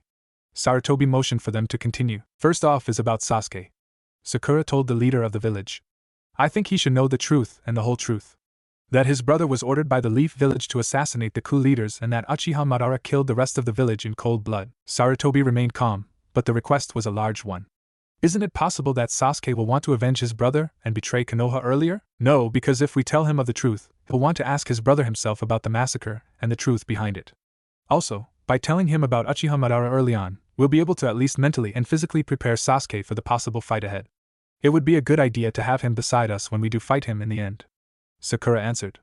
By showing him the official mission and telling Sasuke that Itachi left on his own free will to protect the village, Sasuke won't betray the village to get stronger. Besides, we're also here for him as his teammate, and we'll do our best to make sure that he stays with us. I will tell him myself then. Sarutobi replied after thinking. Any more requests? We'll need to prepare ourselves for the Chunin exams. Sakura continued on. In the future, it was Orochimaru that attacked the Hidden Leaf during the Chunin exams in order to kill you, Hokage-sama. And also to take Uchiha Sasuke with him. He completed his living corpse reincarnation, which allows him to transfer his soul to another body. He planned to lure Sasuke in by promising him power, and then take over his body when he was ready. He never got to do that in our future, but he did manage to take Sasuke with him with his promises. I believe this time around, we'll be able to prevent Sasuke from leaving. But we should definitely end the Snake Sannin. Give me further details later, and I'll make a plan accordingly. Lord Third promised. Anything else? Naruto edged in. Can you get Sakura a job in the hospital? In the future, she's a really talented medic trained by Tsunade herself, and I think with enough practice, Sakura will have her past skills faster. Naruto. This isn't really the time to ask him that, Sakura said, but even she hoped in the back of her mind that the Hokage would approve. Lord Third nodded. That isn't a problem. And Konoha can always use a talented medic. Just one more thing for now, Hokage-sama. Sakura asked. In around 2 weeks, a certain bridge builder named Tazuna will come to Konoha and ask for protection back to his homeland. Please allow us to take that mission, it's an important part of history for Team 7. The Hokage wrote something down on a notebook and placed it on his desk. I've wrote that down to remember it. I will talk to Sasuke before the bridge builder mission. Sakura, I will need to talk to you in the future once again along with Naruto to discuss the plan to counter Orochimaru when he invades Konoha during the Chunin exams. GG. Sarutobi looked up at the blonde ninja. Yes, Naruto? I'm just not trying to save Sasuke. I'm also trying to save you. Naruto mentioned quietly. You died during the attack on Konoha. You fought against Orochimaru and the first 2 Hokage, which Orochimaru brought back with his impure world reincarnation jutsu. You sealed the 2 Hokage, but you died after being stabbed by Orochimaru. We have to take this seriously and prepare for everything in order to prevent your death and Sasuke's defection. This was an even bigger surprise from Naruto. Sarutobi had never seen the boy look so sad and mature before. If he hadn't known Naruto, he would have assumed that Naruto was a very young and gifted war-hardened shinobi. His face says it all. He's seen losses in battle already, Sarutobi, as he nodded to the boy. Don't worry. With your foreknowledge, Orochimaru won't be able to kill me at all this time. Or kill me easily. Naruto nodded and hugged the old man, who hugged him back. It's good seeing you again after 5 years, Gigi. To you, it's been 5 years. To me, I saw you just the other day taking your graduation picture. The two of them laughed at the thought. Naruto and Sakura waved goodbye as they both left. The third Hokage leaned back on his chair, his mind whirling with all the thoughts going through his head. Looks like I'll be extremely busy for the next few months. You know, Sakura, I just realized that I miss Gigi a lot, Naruto said as he finally managed to create a Rasengan without the help of the 9 tails. Being in the past is pretty weird. You see people you know for a fact that died living and walking around like nothing happened. That's because nothing did happen to them, Naruto, Sakura replied. She was doing push-ups and the ground vibrated slightly as she pushed herself down. We're in the past. Anyone that died can still have a chance to live. Think of all the lives that we can save and change. Lord Third, Zabuza, Haku, those annoying sound needs, Asuma-sensei, and many more. Naruto stood up and made dozens of shadow clones to practice the Rasengan and Rasen Shuriken, as he was still rusty in both. Yeah, my brain hurts from everything.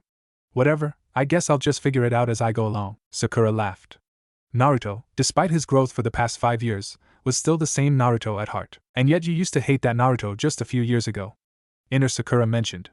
Why are you best friends with him now? Because Sakura answered defiantly. I learned to look underneath the underneath. Naruto is a loyal and great friend and he's been with me throughout every important moment of my life, even though he was annoying for the first few years I knew him. He also sticks his neck out for people and is completely selfless. I've also changed over the years too, yet your love for Sasuke-kun never changed. Inner Sakura mocked. Even after all Naruto did for you, you cried to Naruto to bring him back and forced him to go chase after your lover for years. Even now, he's still working hard to keep Sasuke in the village. Partially because he is Sasuke's best friend and partially because his promise with you. I didn't force him to do anything, Sakura responded. He made that stupid promise because I was crying. He made that promise for you, silly girl. And because he's a stubborn, selfless idiot, he's brought the entire weight of Sasuke's return onto his shoulders. Just for you. Her train of thought was broken as she heard someone clear their throat behind her. Both Naruto and Sakura turned around to see Sasuke standing behind them. I've seen you two train for the past few days now. The last Uchiha approached his teammates. Let me train with you too. Maybe I'll learn something useful here and there. The blonde and pink-haired ninja smiled to each other. Things were changing already. Come in. The doors of the Hokage's office opened and one single Uchiha walked through the doors. Sasuke's face was impassive as he stood in front of the Hokage's desk. Sarutobi returned the exact same facial expression, but deep inside he was conflicted. Would Naruto's suggestion actually work and convince the Uchiha to stay and help them? Uchiha Sasuke. Lord Third greeted the young boy. Thank you for coming today. With a small nod, the genin returned the greeting. Hokage, now you may be wondering why I have placed a silencing seal over the room and had my ANBU leave me alone with you, Sarutobi said. It is because anything I tell you right now will be classified as an S-rank secret. After it became obvious that he had caught the Uchiha's attention, the third Hokage continued. It is about your brother, Uchiha Itachi. And what of my brother, Hokage? Have you discovered where he is hiding? Will you send me to chase after him? Sasuke questioned the Hokage. Shaking his head, the old man silenced the young ninja. I do have a general idea of where he is, thanks to our spy network. However, you are far too young to go chase after your brother alone. That is not why I called you here though. I'm talking about your brother's role in the Uchiha massacre. For a brief moment, Sasuke had a flashback to that fateful day. Bodies upon bodies as he was walking home, hoping to find his brother and parents alive. Only to find his brother standing above their parents' corpses. I was already aware that he murdered my clan, Hokage, Hokage-sama. Sarutobi corrected. Indeed, he did kill members of the Uchiha that day but not all of them. Are you saying that there are other members of the Uchiha clan that are alive? Sasuke said suddenly. His feelings were mixed from saying those words. On one hand, he wanted to find other survivors, those that were members of his clan and blood. On the other hand, he had a strong liking to being the last Uchiha other than Itachi. The Hokage shook his head again. That is not what I meant, Sasuke. I meant that he did not kill the entire clan that night. What do you mean, Hokage? Sasuke nearly shouted at the leader of the leaf in front of him. He said it himself that night that he murdered everyone in the Uchiha clan. I saw it myself. He killed Oyu, my parents. To increase his power and test his skill. It is a shocking revelation, I know. But I would like for you to take a look at this file. The Hokage pushed a thin file towards the young Uchiha. Sasuke grabbed it without hesitation and opened the file. Inside was a single sheet of paper, with the title Assassination Order. The paper described the targets for the assassination, which included Uchiha Fugaku, his father, and several other leaders of the Uchiha clan. But nowhere on the sheet of paper did it say to commit genocide upon the Uchiha clan. This can't be right. Sasuke yelled at the old man. The entire clan died and he was the only one alive. There is no way that he is innocent. If it wasn't him, who was it? Sarutobi grimaced. That night, after he came back, he told me the truth of what happened. There was another Uchiha who assisted him, who went by the name of Uchiha Madara. Sasuke's eyes widened. Uchiha Madara, but he lived during the times of the first Hokage, and died fighting him. At first, I couldn't believe it also. However, I had no other explanation of how the entire Uchiha clan, filled with talented ninjas that consisted of many jounins and chunins, could be easily defeated by one single person. Only a ninja of great skill and power, and perhaps extensive knowledge of the Sharingan, could possibly have defeated everyone in the clan. Itachi was a talented ninja, but not even he was that powerful at the time. Sarutobi replied. There was a spark in Sasuke's eyes as Sarutobi watched the boy silently. Finally, the Uchiha spoke. Tell me everything that happened that night, Hokage. At this point, Sarutobi decided to let go with the honorifics. Your father and several other leaders of the Uchiha clan were planning a coup against the Hidden Leaf. At the time, the Hidden Leaf was still unstable and weary from the war. If the coup succeeded, it would have meant the end of the village and the beginning of military rule. If it failed, it would have meant that the Hidden Leaf would enter a state of civil war between the village and the Uchiha clan. We learned of the coup ahead of time thanks to your brother, but unfortunately, they began to hide information from him due to his relative close relationship with myself. Weary that Itachi might be a traitor, the Uchiha began to plan something behind our backs, but we had no idea what it was. Despite this, I continued to extend my arm in friendship and sought a way to end this conflict without violence, though it was incredibly difficult at first. However, I was well aware that should the time come, I would protect the village and prevent the coup from succeeding. I did not know that Danzo had other plans. Danzo, one of my old friends who is a member of the council, believed that anything he did was good because he did it for the village. He was also the head of Root, which is a secret organization that carries out the darker parts of the Leaf's activities. At the time, Danzo was afraid that the Uchiha clan would rebel, and the incident with the 9 tails made him believe that the Uchiha clan was planning something much more sinister against the village. So he decided to end the Uchiha clan once and for all. I disagreed with his reasoning and believed that the Uchiha clan could redeem itself, since my mentors and my successor, the 4th, also believed that reconciliation was possible. I managed to block him from assassinating the entire clan, but even I had to admit that the leaders of the coup had to die quickly and silently in order to prevent war between the village and the clan. Itachi was only ordered to assassinate several of the highest-ranking members of the Uchiha clan, not everyone. The Hokage sighed and continued. It was before he entered the compound that Itachi encountered Uchiha Madara. It seems like Madara wanted to destroy his own clan because the Uchiha clan betrayed him in the past, and if he destroyed the Uchiha clan, it would have weakened Konoha. His reasoning was that if all the members of the Uchiha were dead, the secrets of the Sharingan would stay safe and he would have no problem invading the Hidden Leaf for his revenge. So on that night, he made an offer to Itachi. Either he killed the entire Uchiha clan by himself, including you, or Itachi carried out his mission while Madara killed everyone else, sparing you in the process, and making it look like Itachi did it. Your brother took the latter option and took all the blame himself. No, that isn't possible. That man is a murderer. He killed my parents in front of my own eyes. Sasuke's usual calm composure was broken. Your brother is currently in a terrorist organization called Akatsuki for a reason, to keep an eye on them and prevent them from attacking the Hidden Leaf. After he took the blame of the Uchiha massacre, he believed that his background would allow him to join the Akatsuki, in which he did. He still sends us secret messages and notes to allow us to track Akatsuki's movement. Sarutobi said. Your brother should be considered a hero of Konoha. Yet he has left the village and took the blame all for you, Sasuke. And do remember that your parents were indeed involved in planning the coup. Sasuke began to visibly shake as his fists clenched into a tight ball. So he isn't really a mass murderer. He did everything up to this point to protect me and to make sure that you get stronger by seeking revenge. That was his goal all along. He wants you to grow stronger quickly by seeking vengeance and killing him in the end. That way, you'll be able to be strong enough to defend yourself from powerful enemies all on your own. The Hokage answered. Aye. When Sasuke raised his eyes, the eyes were flashing red with a single tomo in each eye. The Hokage's eyebrows arched as he saw the familiar sight. It seems like you have activated your Sharingan, Sasuke. The young Uchiha blinked. I have. The Sharingan only activates through strong negative emotions or positive emotions. I can sense that you have both negative and positive emotions echoing inside you. Sarutobi told Sasuke. I'm assuming that you are stressed and confused about your brother, but at the same time you want to protect him and bring him back. There was no answer from the raven-haired boy as he stared at the ground, his eyes fixated on his sandals. For the first time in a long time, the younger brother of Itachi showed visible confusion. How do I know if this isn't an elaborate lie? Sarutobi knew that the answer was probably not the best one, but the only possible one. You have only one way to discover the truth then. Seeing the boy's expression confirmed that Sasuke knew the answer. I will leave you to your thoughts, Sasuke. Lord Third dropped the silencing seal. I hope you make the right choices. As Sasuke left the Hokage's office, his mind had millions of thoughts running through it. He didn't care if people stared at him now that his eyes were glowing red with the Sharingan. In fact, he didn't even care about the Sharingan at the moment. The only thing in his mind was the thought of his brother, the man who he used to love and then hate with all his heart. He walked home, ignoring anyone that attempted to greet him. He was well known and well respected by nearly everyone in the village, as his status as the last Uchiha invoked pity and remorse from the village. Usually he ignored the special treatment, but today was even more so.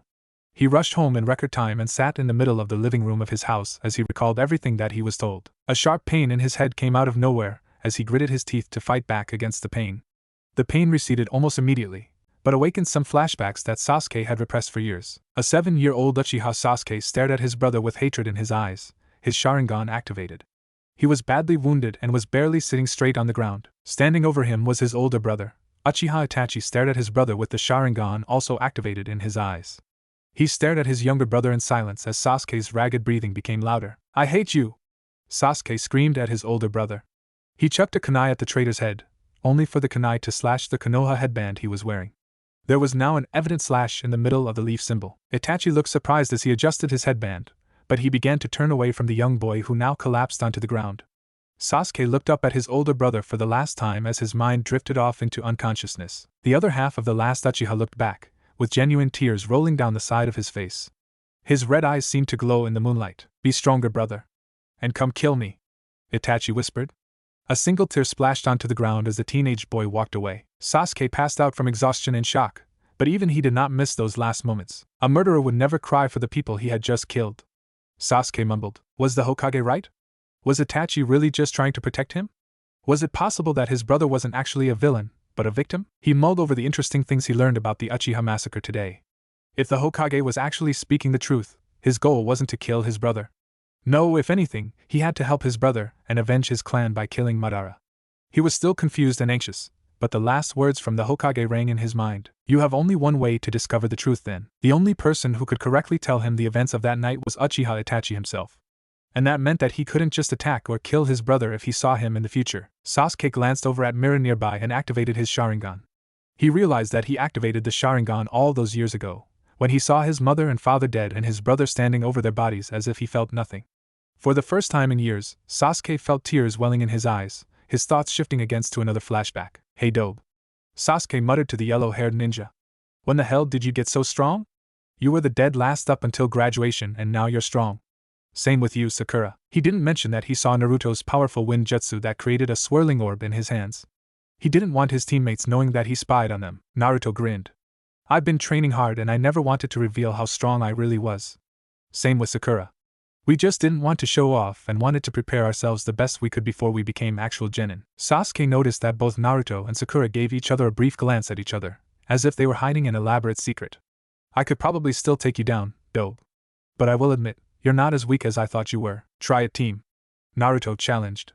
"I bet I can kick your Uchiha ass." The raven-haired boy only smirked, but deep inside, even he began to realize that it was entirely possible that Naruto was possibly equal to him in terms of skill. "Maybe in the future after you and I both train more, Dobe." All three of them did their own little training, but regardless, all three of them were together. Training. Sasuke made a decision that day. He would train to become stronger. Not for revenge or to kill, but to get better in order to face his brother one day and learn the truth. And, as a secondary goal, to become stronger than Naruto. What's gonna happen after you kill him? Maybe the idiot had a point. What was he going to do after he killed his brother? He could revive his clan, but it was such a lofty goal. No, he would become stronger to beat his brother in battle and drag him home, to discover the truth and to have some assistance in making sure that the Uchiha clan survived. In order to do that, he would train with Naruto and Sakura to gain strength and have some useful allies at his side. Keep your bonds strong and never abandon your comrades. He smirked at Kakashi's warning. He wouldn't abandon them just yet. Team 7 was sitting eating mountain loads of meat at Yakiniku Barbecue. They had just completed their 12th mission and was celebrating their accomplishment by eating some good barbecue. "This team is probably the fastest team to finish 12 missions," Kakashi said, waving his chopstick. "I've never seen anyone finish 12 D-rank missions within a week after their promotion to genin. You three are truly legendary. I would rather finish these missions quickly and do something more exciting. I mean, babysitting, pulling out weeds, and painting walls are good for pay, but they're not exactly too hard for a ninja." Naruto replied with his mouth full as he shoved some more meat into his mouth. Ever since Sakura had forced him away from the ramen stand, he had found a liking for the unique barbecue offered at Yakiniku. Sakura and Sasuke both nodded in agreement. The D-ranked missions were far too easy and not challenging. Sakura spoke up after she finished eating a bowl of rice, completely disregarding her past self-obsession with dieting. "Can we go pick up another mission today? I think it's time for us to have a slightly harder mission. Maybe we can ask the Hokage to give us a C-rank mission since we've done so well with D-rank. Kakashi rubbed his chin. I mean, if he doesn't object, I have no objections either. Your skills are very refined for mere genin. I've seen all three of you train hard after you completed your missions, and Sakura even has an apprenticeship in the hospital to become a medic nin. I must say, all of you are probably ready to become a chunin in the near future at this rate. All three of them brightened up at hearing that, and even Sasuke let out a small smile. The team had definitely improved in a week of hard training. Sasuke had his Sharingan, so he was training with Kakashi and increasing his speed and strength to boost his reaction time. Naruto had relearned the Rasengan and chakra control, though he decided to keep that Rasengan part a secret from everyone but the Hokage and Sakura. Sakura had improved her medical abilities at the hospital and increased her stamina and strength. While the three were still in the middle of eating, with Sakura and Naruto having a friendly competition of eating meat while Sasuke watched with a smirk, Team 10 walked in with their Jounin instructor Sarutobi Asuma. Hey Shikamaru! Choji! Ino! Naruto said with his mouth full. Wanna join us? Kakashi-sensei is paying, so we're eating tons today. Choji's eyes instantly lit up and crashed down onto the free seat next to Naruto. He snatched some of the meat off Naruto's own plate and began inhaling the barbecue left on the grill. Shikamaru sighed as he sat next to Sasuke, while Ino also dove into the seat next to Sasuke and began to hug his arm, to Sasuke's disdain. Sasuke-kun? Ino pouted. I feel so bad for you. You have forehead on your team that must be constantly annoying you, right? Sasuke scoffed. If anything, she hates me. Ino's eyes narrowed. What? Well, she does clobber both of us in the back of the head if we fight too much. Naruto mumbled, his hands reflexively blocking the back of his head. You would think that a girl wouldn't hit so hard, especially since she's short and… Did you have something to say, Naruto? Sakura said sweetly, with her first coming gradually closer to Naruto's face. The blonde male ninja instantly retreated his comment. I didn't say anything. Oh, so you gave up on Sasuke-kun cause you know you couldn't get him? You actually did something smart for once. Ino smiled. Are you going for Naruto now? I mean, I guess he looks cuter with his new haircut and clothes, but even he can't compete against Sasuke. Sakura turned as pink as her hair and looked flustered. And no, I would never. I wouldn't go for a stupid baka like him. She made her point as she smashed her fist into the unsuspecting Naruto right in the chin. He shot straight up into the ceiling and groaned. Realizing what she had done, she pulled Naruto down, who had few objections and was used to everything that Sakura threw at him. Sakura only threw a glare at Ino, who smiled mischievously at her rival. Hey Ino. Sakura stared directly at the blonde-haired girl and pulled her closer so the others couldn't hear. Since I gave up on my chase for Sasuke, how about we make a truce and be friends again? Ino looked at her, but her expression wasn't an expression of rejection. Well, I wouldn't mind since you're not going after my Sasuke-kun anymore. So truce? Sakura extended her hand. Truce. Ino nodded. I want to make a bet with you though, forehead. What bet? Ino gave her a snark grin. I bet that I can snag Sasuke before you can snag Naruto. Sakura became flustered again. Ino, while the two girls were busy bickering, Shikamaru was casually talking to Naruto. So Naruto, you really changed your style. I didn't say anything until now because I was busy with this team. Shikamaru lazily waved to his two teammates. Choji was too busy eating and Ino was talking with Sakura. What made you change so much in like a day? Naruto gulped. He knew that he had to be careful around the Nara, as the lazy ninja was a genius. I decided to change up my look since I became a ninja. My outfit looks way cooler, right? After all, orange is a cool color, but it stands out too much. Fortunately, it seemed like Shikamaru bought it as the boy shrugged as he didn't give it a second thought. I guess you do look better. Your team must be doing well. Heard you guys set the record for the most missions completed in a week for Genin. It was nothing, really. Naruto replied. We're gonna head over to the Hokage later today and ask him for a harder mission. These D-rank missions are too easy for us. Yeah, well, it's fine for me. If anything, these missions are too much work. Shikamaru said. Choji barged in out of nowhere. He says that it's too much work, but we do all the work while he sits in the shade and stares at the clouds. Staring at clouds is a lot of work. It requires a lot of concentration. Shikamaru claimed. Is it? Naruto asked. That seems really boring. Shikamaru shrugged again. Try it sometimes. It's really relaxing. Just then, an ANBU agent jumped through the window and landed near Kakashi. Lord Third requests your presence in his office immediately. He said to bring your team with you as well. Kakashi nodded. All right, my pupils, let's head out.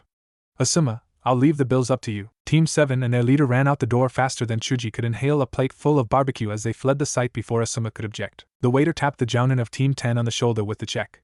When Asuma saw the amount he had to pay, he fainted, which unfortunately gave time for the members of Team 10 to eat several more rounds of barbecue. I have been very impressed of your current work so far, Team 7.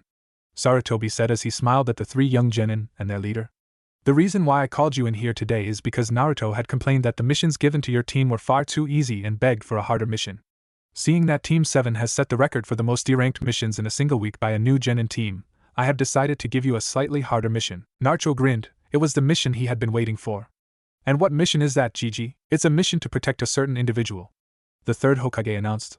Hey, can you come in here? The doors to the Hokage's office opened to reveal a drunken old man with a sake bottle in his hand. What's this?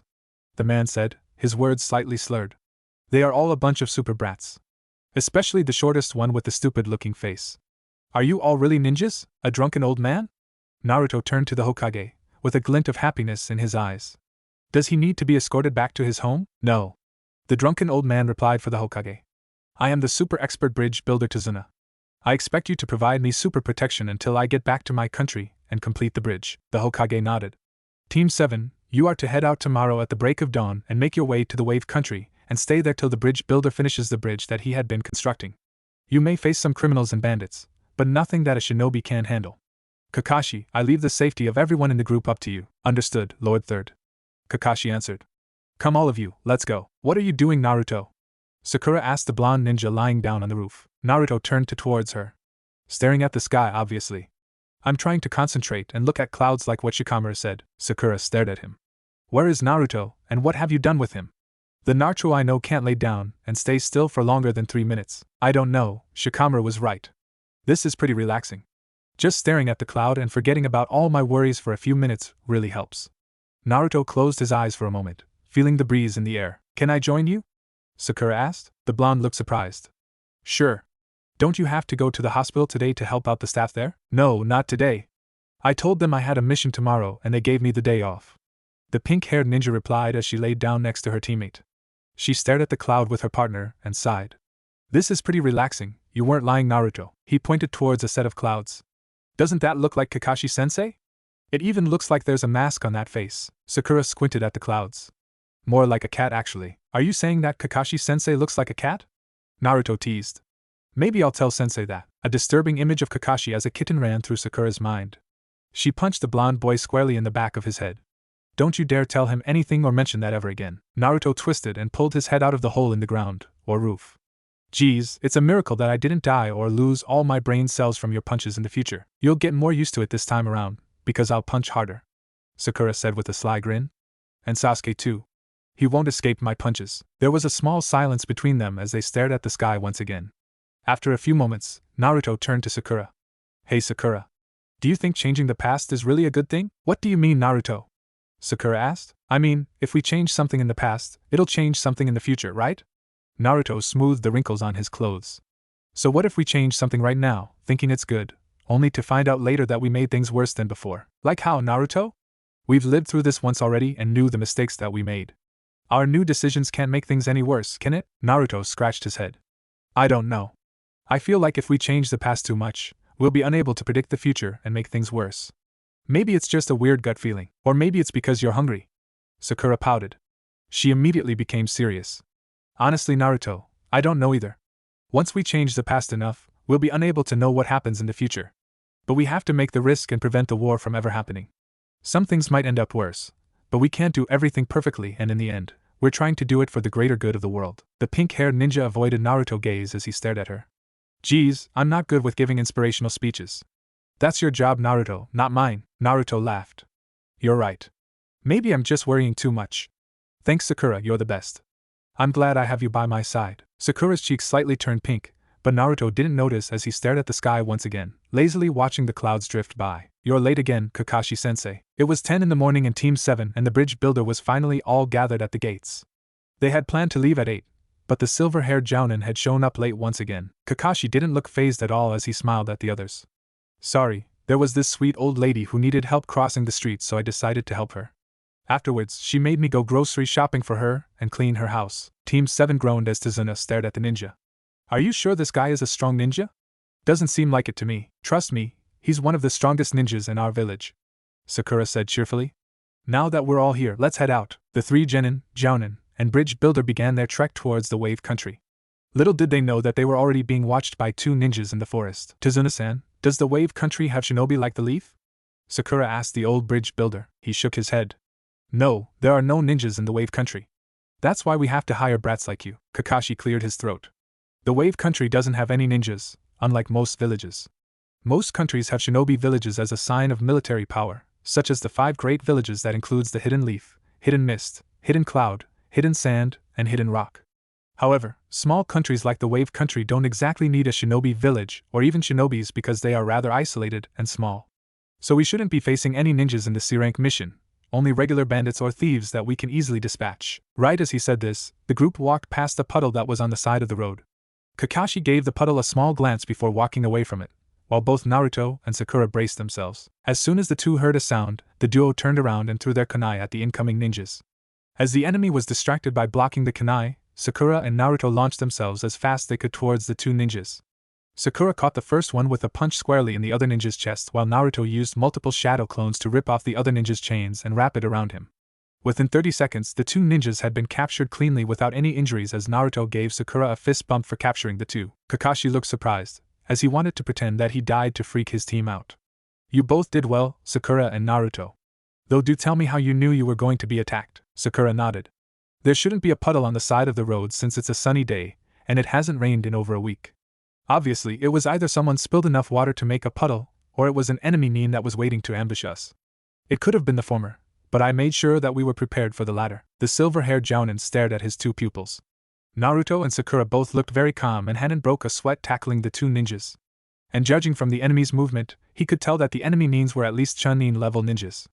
I'm quite impressed. But then again, you two have been surprising me a lot lately. Sasuke only let out a small TSK. Everything happened in a flash, and although he managed to track the enemy's movement with his Sharingan, he had decided to stick close to the bridge builder instead and left his teammates to beat up the enemy ninjas. Although he would have liked to join in on the action, he knew that his teammates would have dealt with the enemy nins long before he could do anything. I wanted to see who the target was before we captured them, but I guess I have no choice but to question them. Kakashi turned to the two captured ninjas. Who were you attempting to kill? For a moment, no answers came from the ninjas. It seemed as if they wouldn't answer till both of them stared at the bridge builder. At this, Kakashi turned towards Tazuna. I thought you said you only needed protection from gang members and thieves, not shinobis from other villages. This has now turned into a B-rank mission. This was supposed to be a simple protection mission until you completed your bridge. Kakashi continued. If it was known that ninjas were after you, this mission would have been an expensive B-rank mission. I'm sure you have a reason, but it complicates things if you lie about the mission details. Naruto stepped in first to speak. We shouldn't quite now, sensei. We might be mere genin, but we can still take on enemy nins. It won't be easy, but I think our team is ready to take on the challenge. And with Kakashi-sensei leading us, this mission won't be impossible. Before we do anything rash, I want to hear why there are ninjas after you. Kakashi turned to Tazuna. Who is sending these ninjas to kill you? Tazuna looked glum. The wealthy shipping magnate Gatu. You mean the head of Gatu Company, the millionaire? Kakashi questioned. The bridge builder nodded. Yes, that's the one. Officially, he runs a large shipping company. But in reality, he sells drugs and other illegal items using ninjas and gang members to take over businesses and countries. He's a very nasty man. Using his power and influence, he took over the Wave country's shipping industry and now has a monopoly on the country's business and trade. That is why he wants to kill me, because the bridge will allow people to reach the continent without relying on Gatu's shipping industry. I understand. Kakashi said. He turned to the 3 members of Team 7. It is your choice if you want to continue on. I will leave the decision up to you 3. Naruto gave Kakashi a thumbs up. I'm in. The Wave country needs our help, we can't turn our backs on them now. And I want to see that little brat again. I also agree with Naruto. If anyone can complete this mission, it's us. Sakura concurred. All eyes turned to Sasuke, who nodded his head. If those two are going, then I'll go also. Besides, I might be able to fight some enemy ninjas for once. That settles it then. Kakashi clapped his hands. Let's continue on to the Wave country, shall we? A snow-white rabbit hopped on by next to the group as they began to walk towards Tazuna's village. Kakashi, Sakura, and Naruto had the same thought running through their minds. They're already here. Everyone get down! Kakashi yelled. Naruto and Sakura instantly reacted by pushing Tazuna down onto the ground while Sasuke also did the same. A sword harmlessly boomeranged over everyone's head and went back into the hands of a single ninja awaiting next to a tree. Well. If it isn't the Hidden Mist's missing nin Momochi Zabuza-kun, Kakashi said. Naruto gaped, pretending to be surprised. You mean the missing nin in the bingo books? His bounty is worth over 15 million ryo. You know about him, Naruto? Sasuke asked. The blonde nodded. He's a dangerous ninja, one of the 7 swordsmen of the Hidden Mist. His nickname is the Demon of the Hidden Mist because he massacred 100 of his classmates during his time at the academy. That sword he's wielding right now is called the Kubikuru Bocho, the indestructible sword, because it can absorb the blood of the enemy and use the iron in the blood to fix itself. He's also incredibly good at using water jutsu. Impressive. So your little student already knows much about me, Zabuza said as he placed his sword on his shoulder. You must be Sharingan Kakashi. This just got a whole lot more interesting. Stay back and protect the bridge builder, Kakashi ordered his pupils. This ninja is on a whole different level from you three, like what Naruto said. I'll handle this. He pulled back his headband to reveal his Sharingan, which had 3 tomos in it. Zabuza gleamed at seeing the eye. So, the famed Sharingan is going to be used against me. I'm honored. I already know much about you also. When I was part of the Hidden Mist Assassin team, I kept a handbook that included information about you. The ninja who has copied over 1,000 jutsu copy ninja Kakashi. Zabuza swung his sword menacingly and grinned. But enough talk. Time for me to kill that old bridge builder. He disappeared in a flash as Team 7 immediately sprung into action and surrounded Tazuna. There. Naruto pointed at the top of the water, but it was already too late. Zabuza went through his hand seals and lifted one finger. Ninpu, Hidden Mist no Jutsu, be careful and surround the bridge builder, Kakashi said as he glanced over at his team. The mist was thickening, and he needed to concentrate. Zabuza is an expert assassin, so he'll come after me first. But make sure that our client is safe. Team 7 nodded and immediately took up position to surround the man. As the mist grew thicker, a voice whispered through the mist. 8 choices. The voice said. Liver, lungs, spine, clavicle vein, neck vein, brain, kidneys, hearts. Which one should I go after? Kakashi turned back to his team and smiled. Don't worry you three, even if it kills me, I'll never let my comrades die. Now I have you in an inescapable prison, Zabuza said with a small laugh. A second Zabuza stood in front of him, a water clone of the original. Run! All of you! You can't face him, Kakashi yelled through the prison. Remember your mission. Take the bridge builder and run. The water clone can't stray far away from the original. Naruto and Sakura had allowed this to happen so far because they still needed to see Haku. And Haku wouldn't come out unless Zabuza was on the verge of death. When Kakashi was captured in the prison, that was when Team 7 reacted. Hey Tazuna-san, Naruto asked innocently. Do you mind if we attempt to rescue our sensei?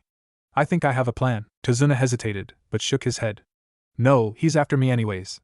It's only fair if you try to rescue your sensei since he's held captive cause of me. Sakura, take care of the bridge builder, Naruto said as he stepped forward. He nodded towards Sasuke, who also came with him.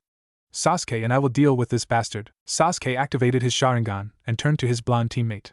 So what's the plan, Dobe? As long as he has that hand on the water prison, Kakashi-sensei can't escape. Naruto told the Uchiha. Our goal is to get past this water clone and force Zabuza to take his hand off the prison. From there, we can have Kakashi do the rest. I'll go in first, team. He'll definitely be faster than me, so he'll knock me back. From there, while you have an opening, strike as hard as you can and keep him distracted. Go all out since that one in front is a water clone. From there, I'll attack the water clone and keep him distracted when I also see an opening. When I do, attack the original with a kunai or one of your jutsu, got it? Sure, Sasuke answered.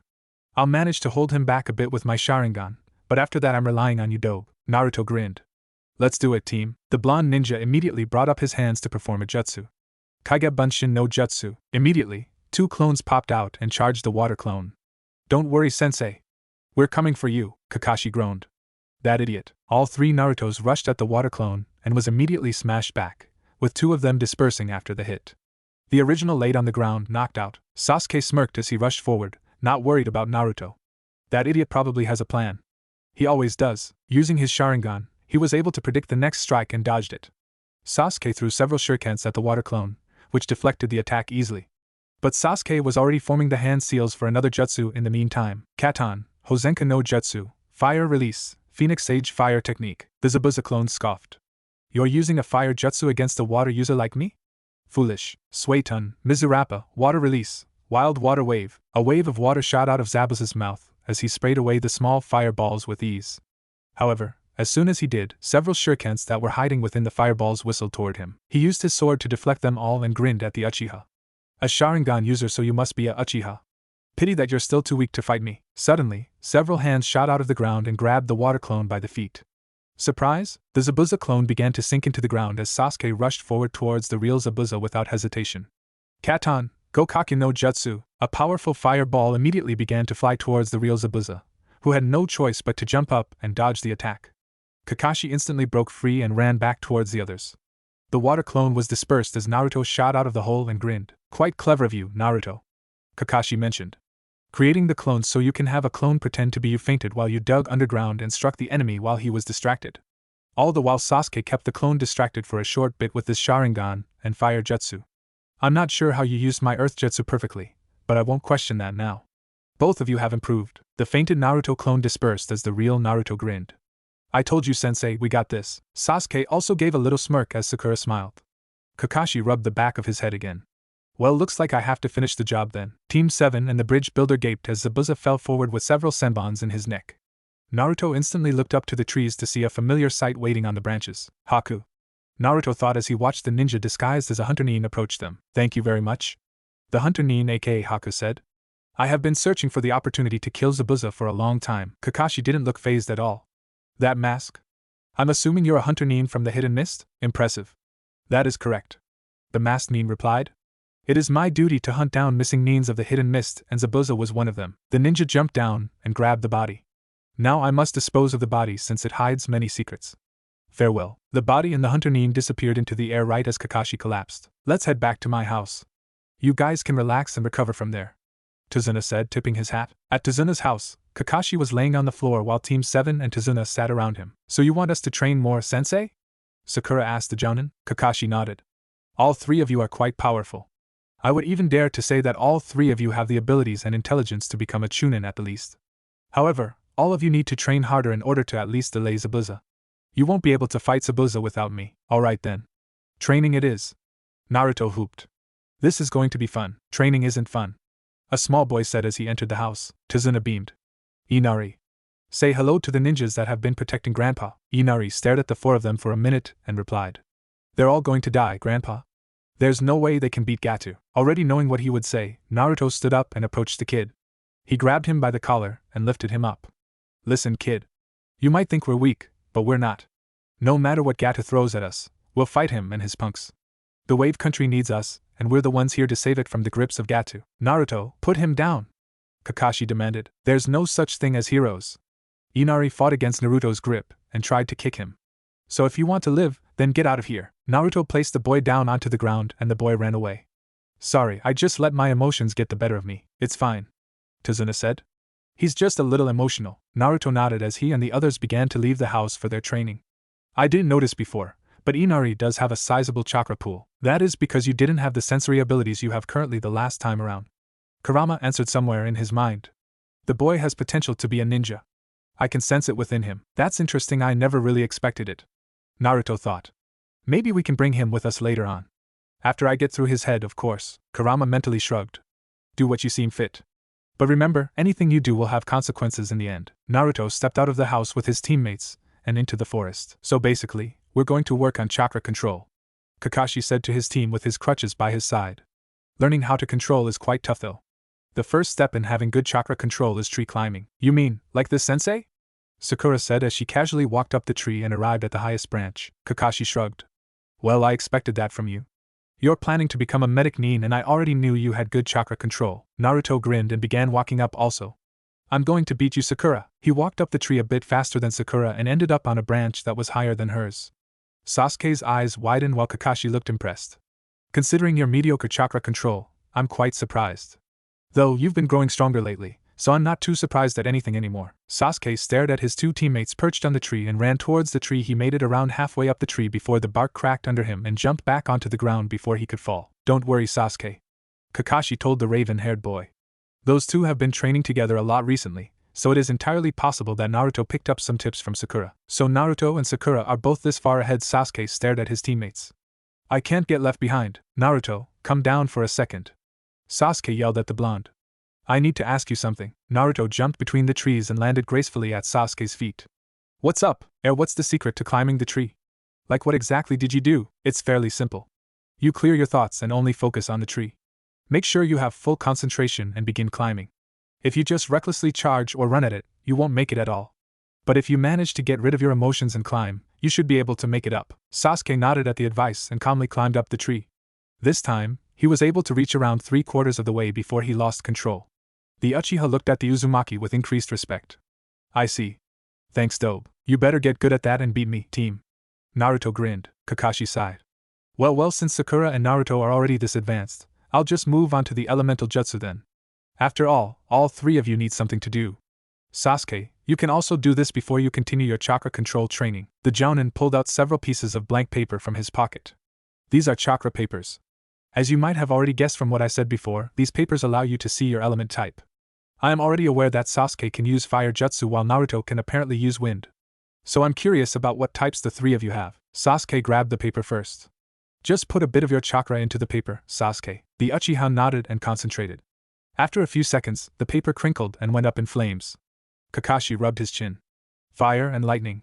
I expected fire, but lightning is a nice surprise. Sakura went after both of them and touched the paper. Instantly, the paper crumbled. Earth it is then. Makes sense since you can destroy the ground with your punches. Naruto went last and focused his chakra into the papers.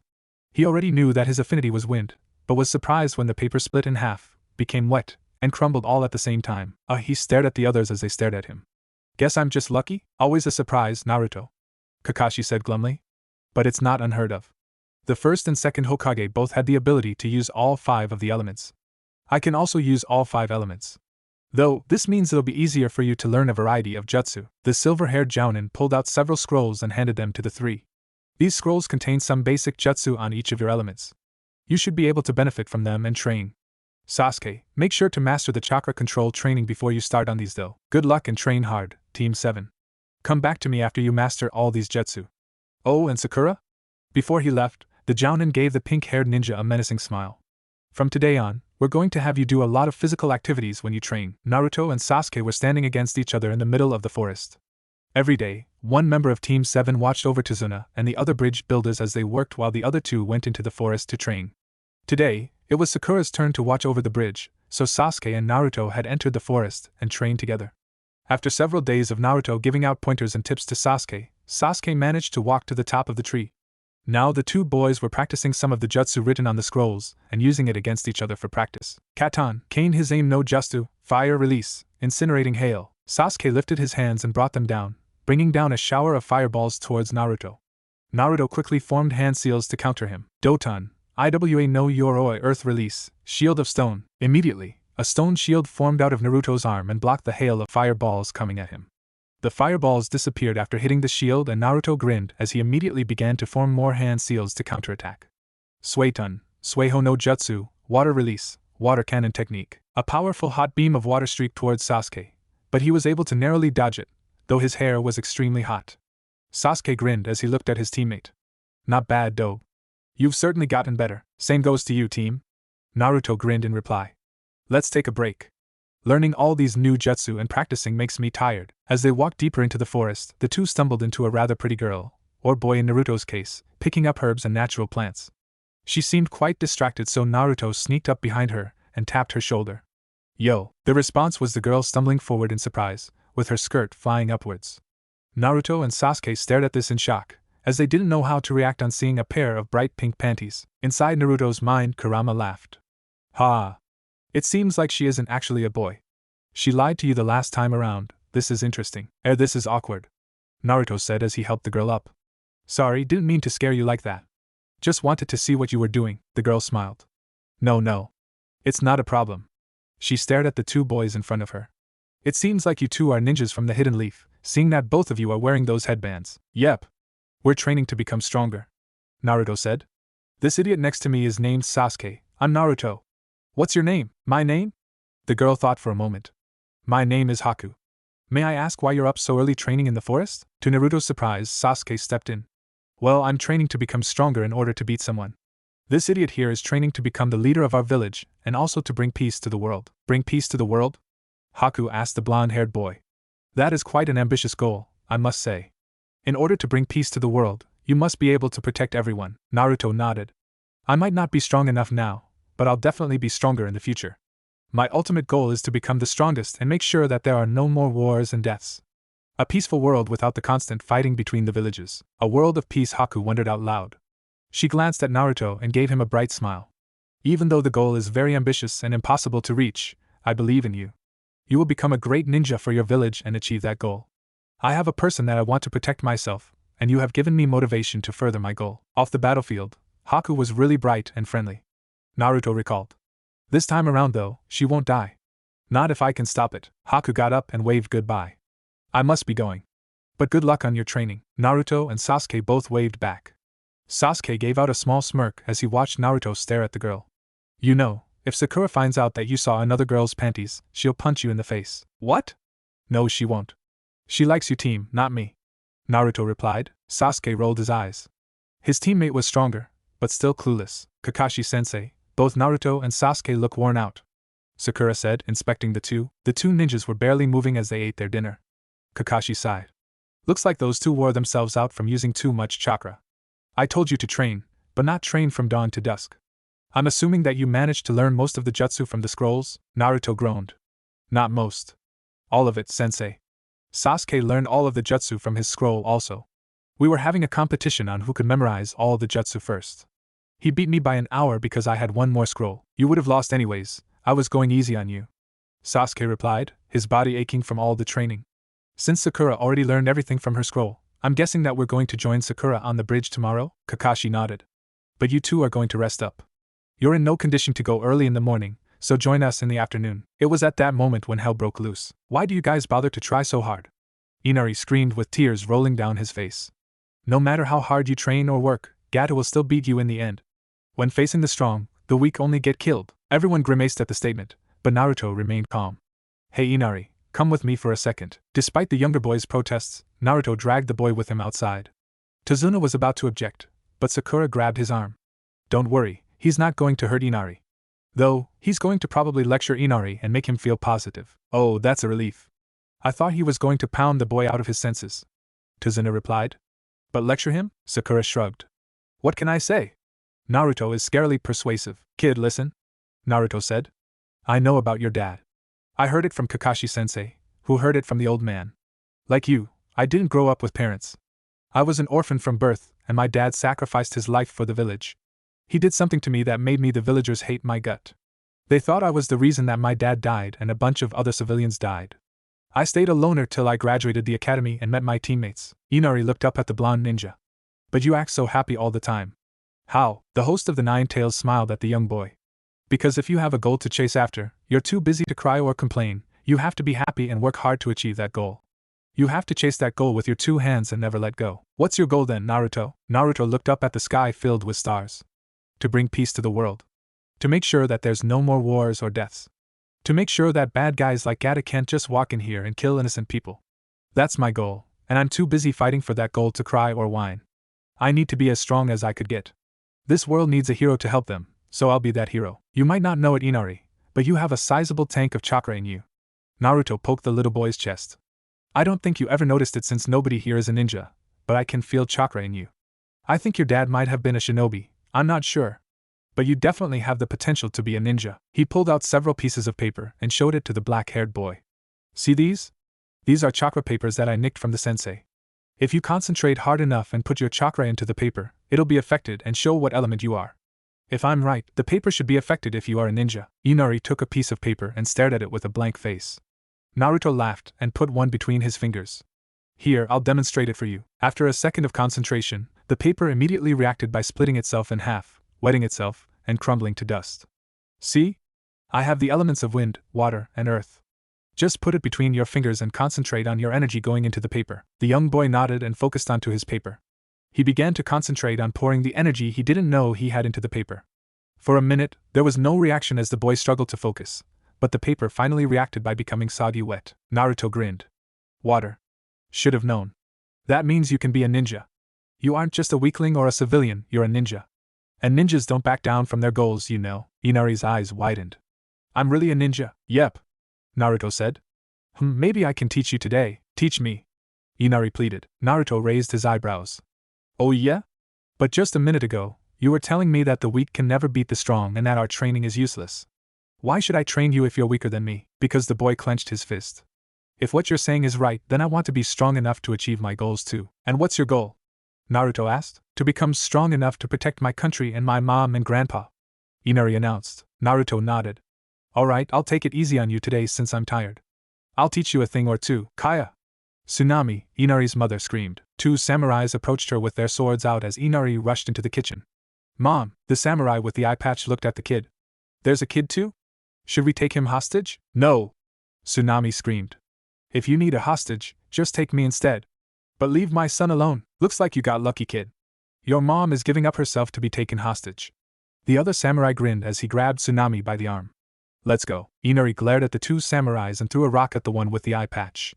Hey Cyclops, the samurai scowled at the boy as he turned around. Do you want to die, kid? Never mind, I'll just kill you right now. As the samurai was charging, Inari remembered the basic steps for what he learned yesterday. Ox, tiger, boar, Suetun, Mizu no Warusobi, water release, water stream. A steady stream of water streaked out of Inari's mouth and struck the samurai's eyes. He dropped the blade and fell back in agony. Ah! My eyes! Hot water!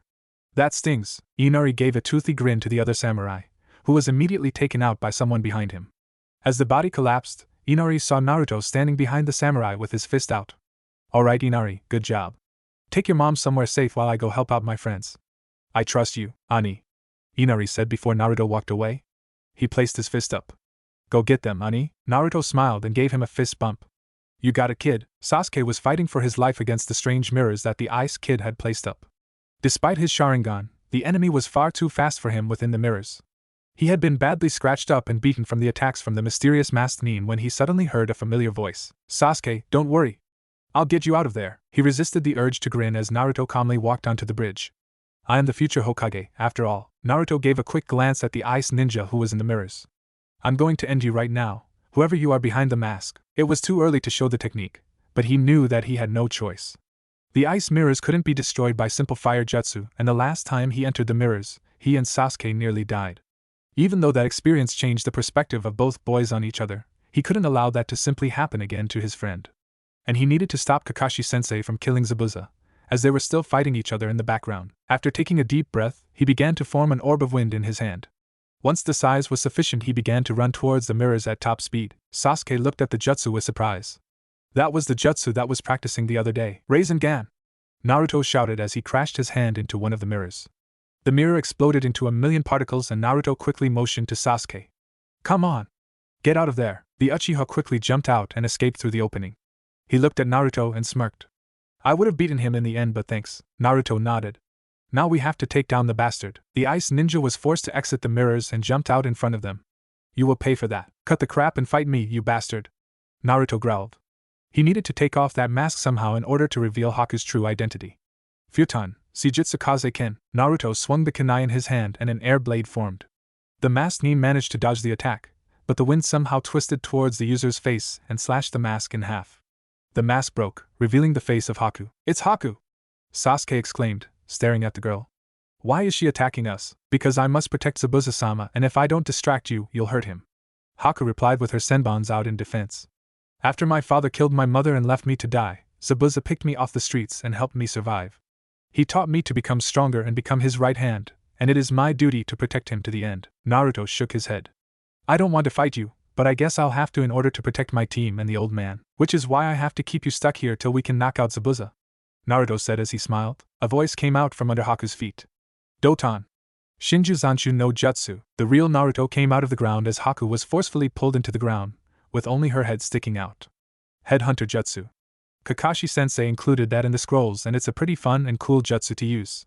You won't be able to move for the time being, your arms and legs are completely stuck. And Haku, Naruto said to the girl as he turned away, don't think of yourself as useless.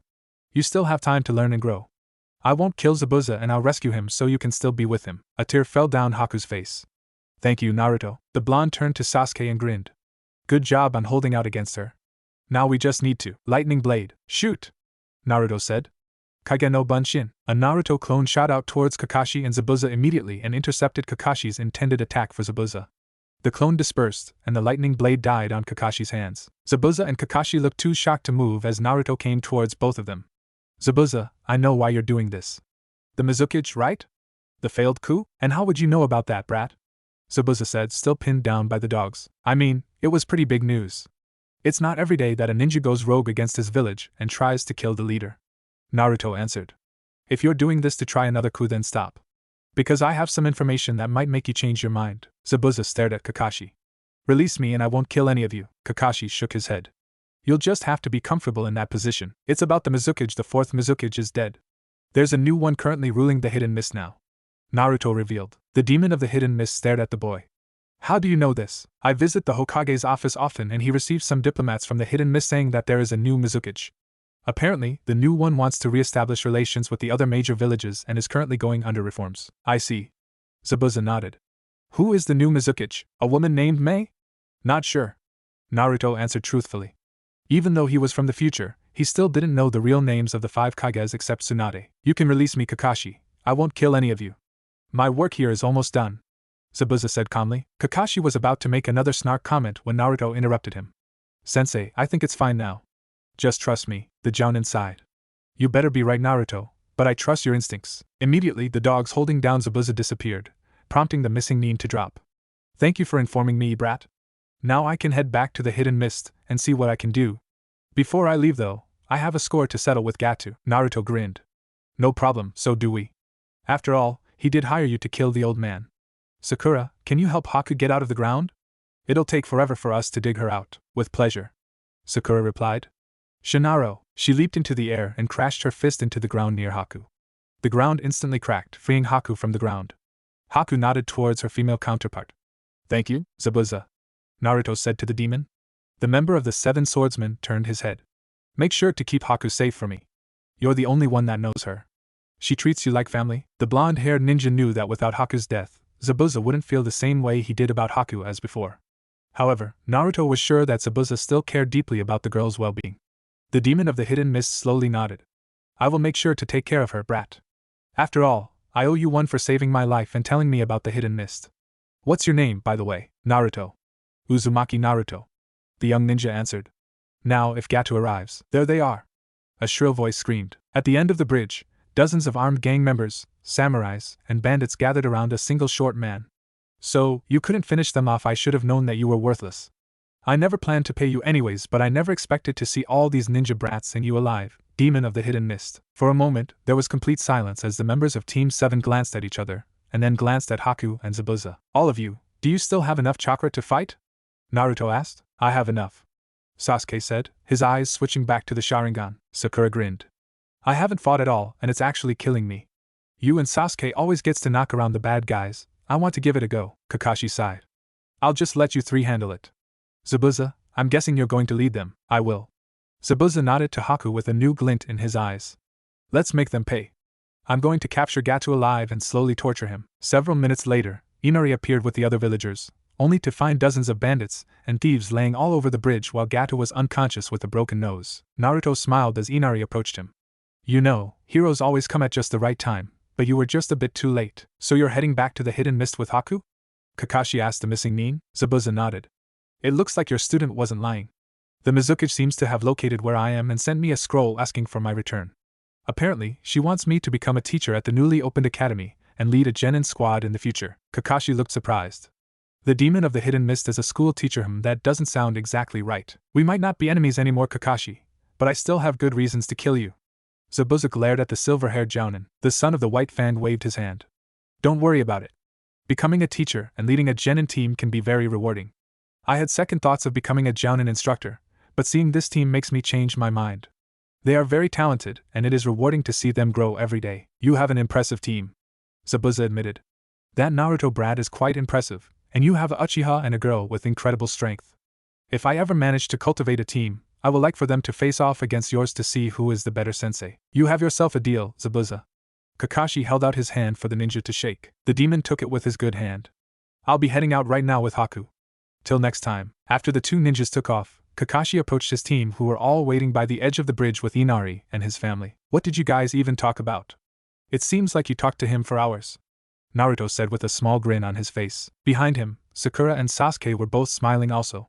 The bridge had been completed and the mission was done, with everyone enjoying the last days of the mission to rest and explore the village. The white-haired Jounin shrugged. Nothing much. The weather, the Hidden Mist, and a few other things. Inari was hugging his mom as he prepared to leave with the group. I'll see you in a month, Mom. Tsunami smiled at her only child. You'll do great, I believe in you. We're really taking him along? Sakura wondered. I thought you were kidding. Naruto shook his head. Nah. Inari has potential to be a great ninja, and now with the bridge complete, he'll be able to visit the Wave Country frequently and quickly. I already promised him that I'll go back with him every month. He'll be sharing my apartment. Kakashi-sensei had no objections. Well then, if there's nothing else, we'll be heading out. Kakashi said cheerfully. Great work again, Team 7. I expected nothing less. Team 7 plus Inari waved goodbye to Tsunami and Tazuna as they headed back to the Leaf. By the way, old man, Naruto shouted from the distance. Tazuna looked at the blonde-haired ninja. What is it, Naruto? Don't name the bridge after me. Name is Great Peace Bridge because that's where my goal of peace began. The expert bridge builder grinned. Will do, Naruto. Take care. So Naruto, does Sakura know that you accidentally saw Haku's panties? Shut up, Sasuke. Shinaro, so you completed an A-rank mission that involved a Jounin-level missing nin and 3 Chunin-level missing nins? And you sent them back to the Hidden Mist? And you brought back a boy from the Wave Country because he has the talent to become a shinobi? Sarutobi asked the 4 members of Team 7. Team 7, you never failed to amaze me. Kakashi didn't look up from his book. That's what I said. I will make sure that you are paid accordingly, and I think I should expect a thanks from the Mizukage soon. As for the boy, I'll allow him to enter the academy since he's young enough. The Hokage told the team. All of you are dismissed except Sakura, Naruto, and Kakashi. A and BU, leave my office immediately. Sasuke glanced at his teammates and Kakashi as he left the office. Am I left out on something? After it was clear that the office was cleared, the Hokage turned to the remaining members of Team 7. Naruto and Sakura. I believe it is time for you to tell Kakashi everything you told me. What, Gigi? This wasn't part of the plan. Naruto questioned. Kakashi was still reading his book as he answered. I already knew, Naruto. I heard you and Sakura talking on the day that we met. I thought your introductions were slightly odd, so I spied on you. That is why I wasn't surprised that you managed to pull off everything I threw at you so easily. Sakura shook her head and smacked Naruto. Why do you have to talk so loudly? When you talked on the academy roof, half of the village probably heard you. I felt like it was time for us to start planning for the Chunin exams. After all, it is in a few weeks. Lord Third answered. It is time for us to trap Orochimaru and destroy him, once and for all. You've been pretty cold to me lately, bro. I never see you around anymore. Konohamaru Sarutobi shouted to the blonde-haired ninja. Naruto groaned. Konohamaru, right.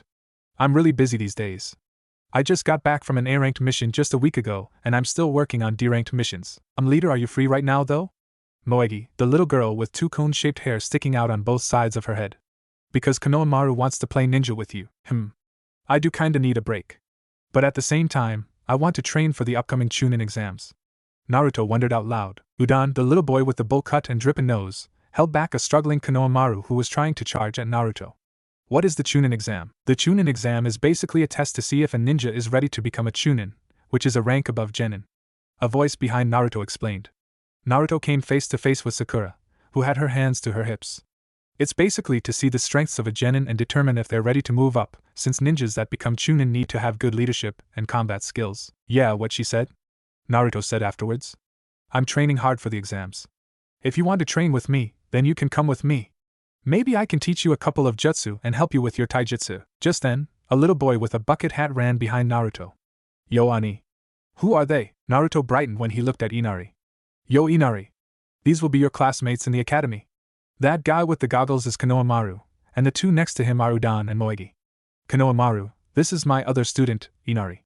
Make sure to treat him well at the academy since he's new around here. Konohamaru looked visibly surprised. No way, boss, another student? That's not fair. It's my choice kid, and I see talent in Inari. Who knows? Maybe he'll beat you one day and become my successor, Naruto said with a sly grin. Inari came forward and stuck out his hand for Konohamaru to shake, but the Hokage's grandson rejected the offer. From now on, you're my rival instead of leader. I'll show you that I'm stronger. Come on guys, let's go off to train. As the trio stumbled away, Inari looked up at Naruto. Naruto grinned at him. Konohamaru might act like an idiot, but he's a smart kid on the inside. If you don't train hard at the academy, you might fall behind him. I believe that both of you will be splendid ninjas one day, but I hope you don't act as brash as he does. You got it, Ani. Inari replied with a similar grin to Naruto's. I'll never let you down. One day, I'm going to become a hero like you. That's the spirit. Naruto messed with the boy's hat. Inari pointed at Sakura, who was still standing beside Naruto. By the way, Ani, is that girl your girlfriend? Every time I see you around the village, you're always hanging out with her. Naruto gulped as he vividly remembered what happened the last time that someone asked the question. Sakura? No, she's not. Do you remember the other guy on our team? The one that had black hair and always acted like he was better than everyone else? She likes him. I'm just her friend. Out of all the boys in the village, you liked an emo who was a self-centered bastard. Now you like a dense idiot that doesn't even realize that you don't even like Sasuke anymore. Inner Sakura mumbled to Sakura. Your love life is so great. Shut up. You're part of me too. Sakura thought silently. Wow. You must really have bad luck then, Ani.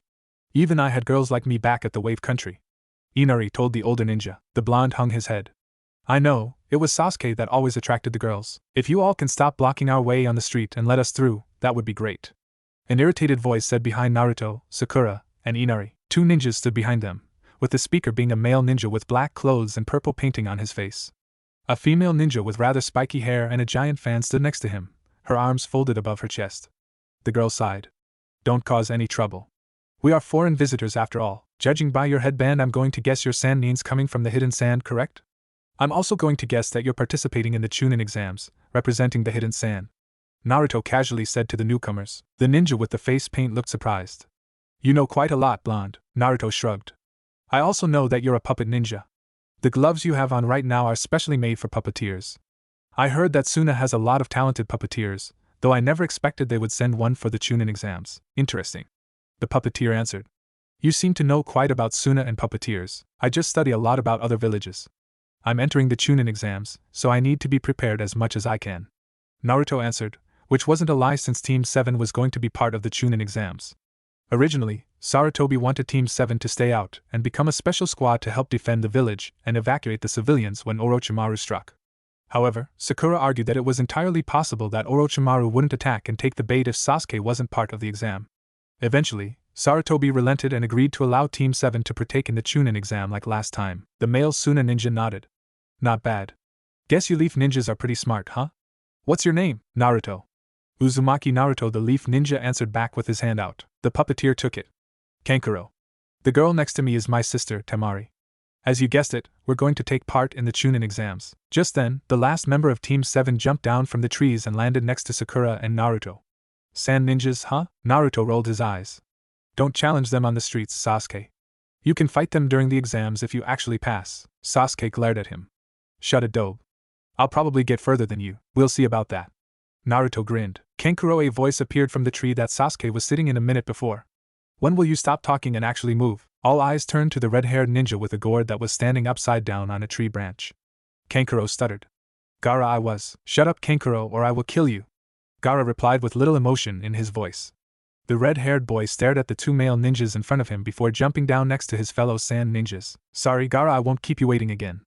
Kankuro said frantically. Gaara turned to the 3 leaf genin. Uzumaki Naruto and Uchiha Sasuke, mother will have your blood. The 3 sand shinobis walked past the leaf shinobis as Naruto took one last glance at Gaara before he left. Kurama. You're ready to make the connection when the time comes, right? Don't worry, kid. Kurama replied. I'll knock some sense into my little brother. The next day, Kakashi called for a team gathering at the usual gathering place for an important announcement. I've nominated all 3 of you for the Chunin exam, like I said I would a few days ago. He handed each person a paper with the title Chunin exam application written on the top of the page. I know all 3 of you are probably going to take it, so make sure to come to room 301 by 4 p.m. tomorrow if you want to turn in your applications. That's all for today. Go train or something. Kakashi disappeared in a cloud of smoke. When he did, all 3 members of Team 7 turned to each other and grinned. So, Sasuke said while he looked at the paper, I can finally fight some stronger ninjas and possibly have a 1 versus 1 fight against Naruto. I'm interested. Naruto yawned. And we can show the other ninjas our skills and finally move forward. Sakura cracked her knuckles. With the 3 of us as a team, the other genin won't stand a chance. Whoever doesn't become a Chunin should pay for our team meals for the rest of the year. Sasuke mused. The other 2 members nodded, especially Naruto. There is no way I'm going to pay for barbecue and ramen for the rest of the year. I'll definitely be promoted. Same with me. Sakura echoed. But what happens if all 3 of us are promoted? Then we make Kakashi-sensei bye. Naruto replied. All 3 of them seemed to agree with the idea as they nodded and gave each other's fist bumps. A silver-haired Jounin was watching them from a post as he shook his head. Looks like I'll need to take on extra missions to fulfill their appetites. The crowd of genin watched as one of the 2 leaf ninjas standing in front of room 301 knocked away a ninja with a bowl cut. Ha! You plan to take the Chunin exam with that? The ninja with 2 swords on his back mocked. You should quit now before you get hurt. You're just a little kid. His partner nodded in agreement. Yeah, you're way too small and weak to be taking this test. A girl with her hair tied in buns approached the door. Please, just let us through. As she was walking forward, the genin with the 2 swords moved to strike her in the face, only to find both of his arms restrained by 2 fellow leaf ninjas. To the right side of the leaf ninja with the 2 swords was a boy with raven black hair and onyx eyes. To his left side was a boy with blonde hair and blue eyes. Both of them had appeared out of nowhere, and both of them didn't look too happy. Move away from the door and let the girl through, the raven-haired boy said, his eyes glowing dangerously red. What my friend said. The blonde continued. We were going to beat you up to go through anyways. Just do us a favor and move aside. The ninja blocking the door gulped. Screw off, rookies. We're doing you all a favor. You think this exam is a joke? We failed the exams 3 straight times. Those that take the Chunin exams end up quitting as shinobis, and other shinobis die during these exams. Chunins also become military captains. The failure of a mission. The death of a comrade. Do you kids really think that you can deal with that? Do you kids really think that you can pass? Naruto looked at Sasuke and whispered behind the restrained ninja's back. Genjutsu. This is the 2nd floor, remember? Let's silently take that girl's team and leave with Sakura. Why? Sasuke asked. Less competition for the exams. The others should be able to figure it out eventually. Naruto whispered. Don't be a know-it-all and let's go to the 3rd floor. Fine. Sasuke released his grip on the ninja's right arm while Naruto let go of the left arm. We'll back off. The other genin only watched as Team 7 left with the Chinese bun girl's team and continued the standoff between the 2 ninjas blocking the door. When they were out of earshot, the girl with the buns smiled. Thanks for the save back there, both of you. But I'm guessing that you already knew the trick? Naruto nodded. Genjutsu. We were on the 2nd floor, so room 301 should be on the 3rd floor. I'm quite impressed. It seems like both of you also had the speed to match your intelligence. The girl said. I'm 10-10, and these are my teammates Lee and Niji. Lee, the boy with the bad bowl cut, shook all their hands while Niji looked at them from a distance. When Lee shook Sakura's hand, his face gleamed. Yash! You must be Sakura. Let's go out together. I'll protect you till I die. Sakura briefly glanced at Naruto and Sasuke for help, but they were both holding back their laughter. No thanks. I'm not interested. Are you interested in another guy then? Lee came closer to her. Who is it? The pink-haired girl blushed. You don't need to know. Niji stepped in between them and approached the 2 male members of Team 7. You two. What are your names? Sasuke Uchiha, Naruto Uzumaki. I'll look forward on facing both of you during the exams. Niji glared at the 2 boys. Who is your Jounin instructor? Kakashi is our sensei. Naruto answered. Lee jumped into the conversation. Yash! You must be the prized students of our sensei's eternal rival. Eternal rival? Sasuke asked the bushy-browed boy. Do you not know our sensei? Lee said to the Uchiha. The Taijutsu master Might Guy? The green beast of Konoha? Everyone in Team 7 shook their heads. Lee looked appalled. Surely you must have seen him around. He's the handsomest man in all of Konoha and he is stronger than your sensei. Stronger than Kakashi-sensei? Naruto replied. I doubt it. He's really strong. I see you have great faith in your sensei. Then let us spar right here to determine which sensei is the better teacher. Lee answered. Naruto turned to his rival and grinned. You can fight, Lee. I'll just watch on the side with Sakura and let you two determine which of our sensei is the better teacher. The Uchiha snorted. Are you trying to tire me out before the exams? I'll just wait and fight you all in the exams. We should probably head over to room 301. The registration ends in 10 minutes. Sakura said to the 2 as she dragged them by the ears, making both Naruto and Sasuke cry in pain. The members of Team Guy followed along as they watched the 2 strong genin being dragged all the way up the stairs. So we're finally here, Naruto said as he entered the room overflowing with other ninjas. You ready for this, Sasuke and Sakura? His 2 teammates nodded as they entered next to him. There were at least a few dozen ninjas in the room, all milling around and doing their own thing. Out of nowhere, a blonde and purple blur appeared out of nowhere and rocketed onto Sasuke. Sasuke-kun, Sakura groaned. Oh no, it's Ino. Shikamaru and Choji approached Team 7 as Sasuke was desperately trying to get Ino off him. The lazy ninja waved to them first. Man, what a drag. I wish that Ino hadn't realized that there was a genjutsu placed on the 2nd floor to make it look like room 301 was on it. Cheer up, Shikamaru. I bet this exam will be fun, Naruto exclaimed. And who knows? You might find a girl of interest from the exams. The female member of Team 7 gave out a small snicker from Naruto's remark. Shikamaru just shrugged. Whatever. I'm already tired from just walking up here. Looks like we've all gathered then. A new voice announced. A group consisting of a guy in a trench coat and sunglasses, a guy with a dog on his head, and a girl with purple hair approached the 6 other rookies. Kiba smirked at the others. All 9 of this year's rookies are assembled. I wonder how far we'll all get. Sasuke finally managed to untangle from Ino and join in on the conversation. You seem awfully confident, Kiba. We did a lot of training. We'll be able to beat all of you, Kiba replied. The Uchiha looked the other way. Even if your team did train, your team won't be able to beat our team, Kiba growled. Why, you little, you should all quiet down, since you're attracting unwanted attention, a silver-haired boy said as he approached the rookie 9. This isn't exactly a picnic. Look at the ninjas around you. I can't blame you though, I was once like you myself. Naruto glared at the boy. He knew exactly who he was. I'm Kabuto. Pleased to meet you rookies. You said that you were once a rookie, so I'm guessing you aren't a rookie anymore? Sakura asked. Yep, this is my 7th time taking this test. And since the Chunin exams are hosted twice a year, this is my 4th year. Kabuto replied. Sasuke looked slightly interested. So you must know quite a lot about the exams then. There was a slight hint of glee in Kabuto's eyes as he answered. Ah, yes. I have plenty of information that I have in these Nin info cards of mine. He pulled out a deck of cards and placed them on the floor.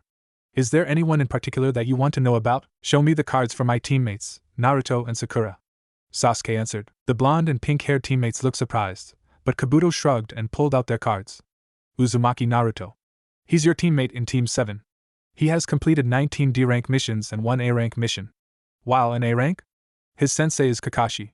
His ninjutsu and taijutsu are Chunin level, if not higher. But he lacks completely in genjutsu. I heard that he can even perform an A-rank jutsu that is fairly deadly. How do you even know all this? Sasuke asked the silver-haired boy. Kabuto shrugged. I snoop around, look through records, and I even scout out some of the stronger ninjas to gain info on them. He placed down a card that had a picture of Sakura on it. Harino Sakura. Same team as you and Naruto. Completed the same amount of missions. Same sensei. Works at the hospital as an intern and is quite talented in medical ninjutsu. She is also proficient in taijutsu and genjutsu, but has rather weak offensive ninjutsu. It seems like your team is the team to beat. There's an immense amount of talent between you three. Team 7 beamed, but only Naruto and Sakura knew the truth behind this nice and easygoing silver-haired ninja. Kabuto placed the cards back into his pocket.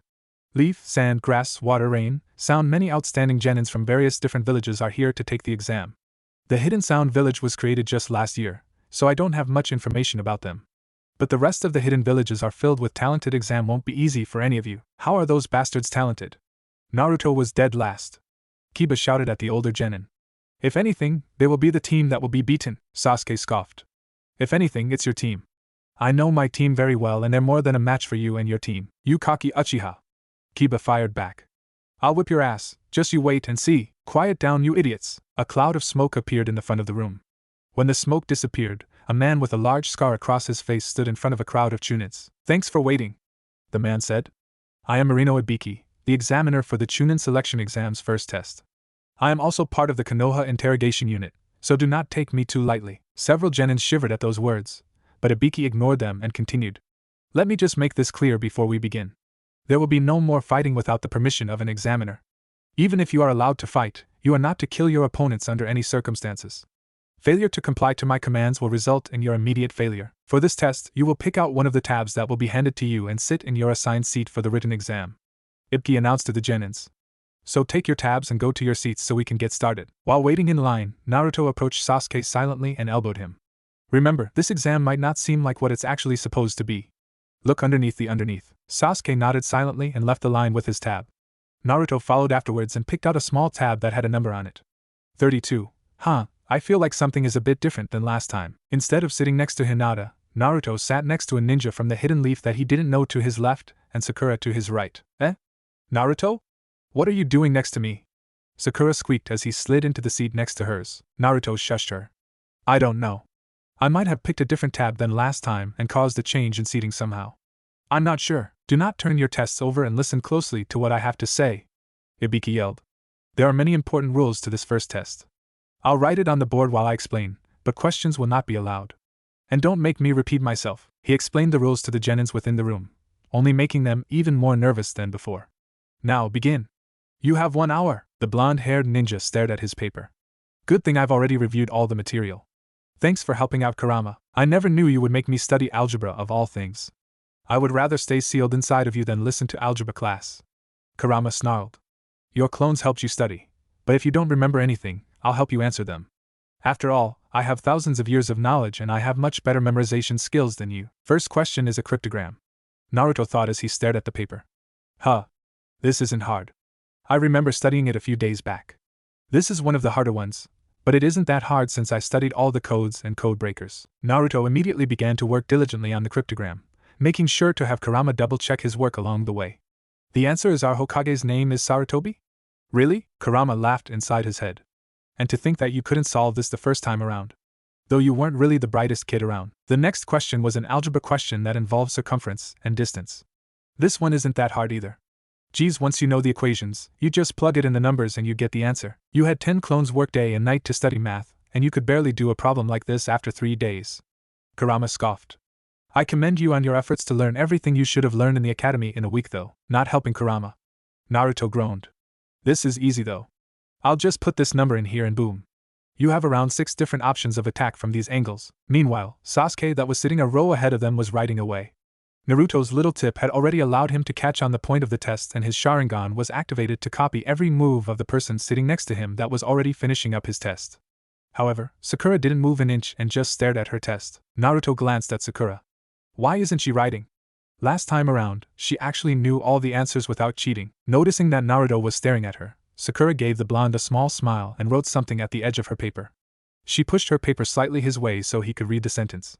Ino is gonna cheat off me so I'm gonna write fake answers and irritate her later. The pink-haired genin quickly erased the sentence and began writing a bunch of random numbers and sentences on her paper.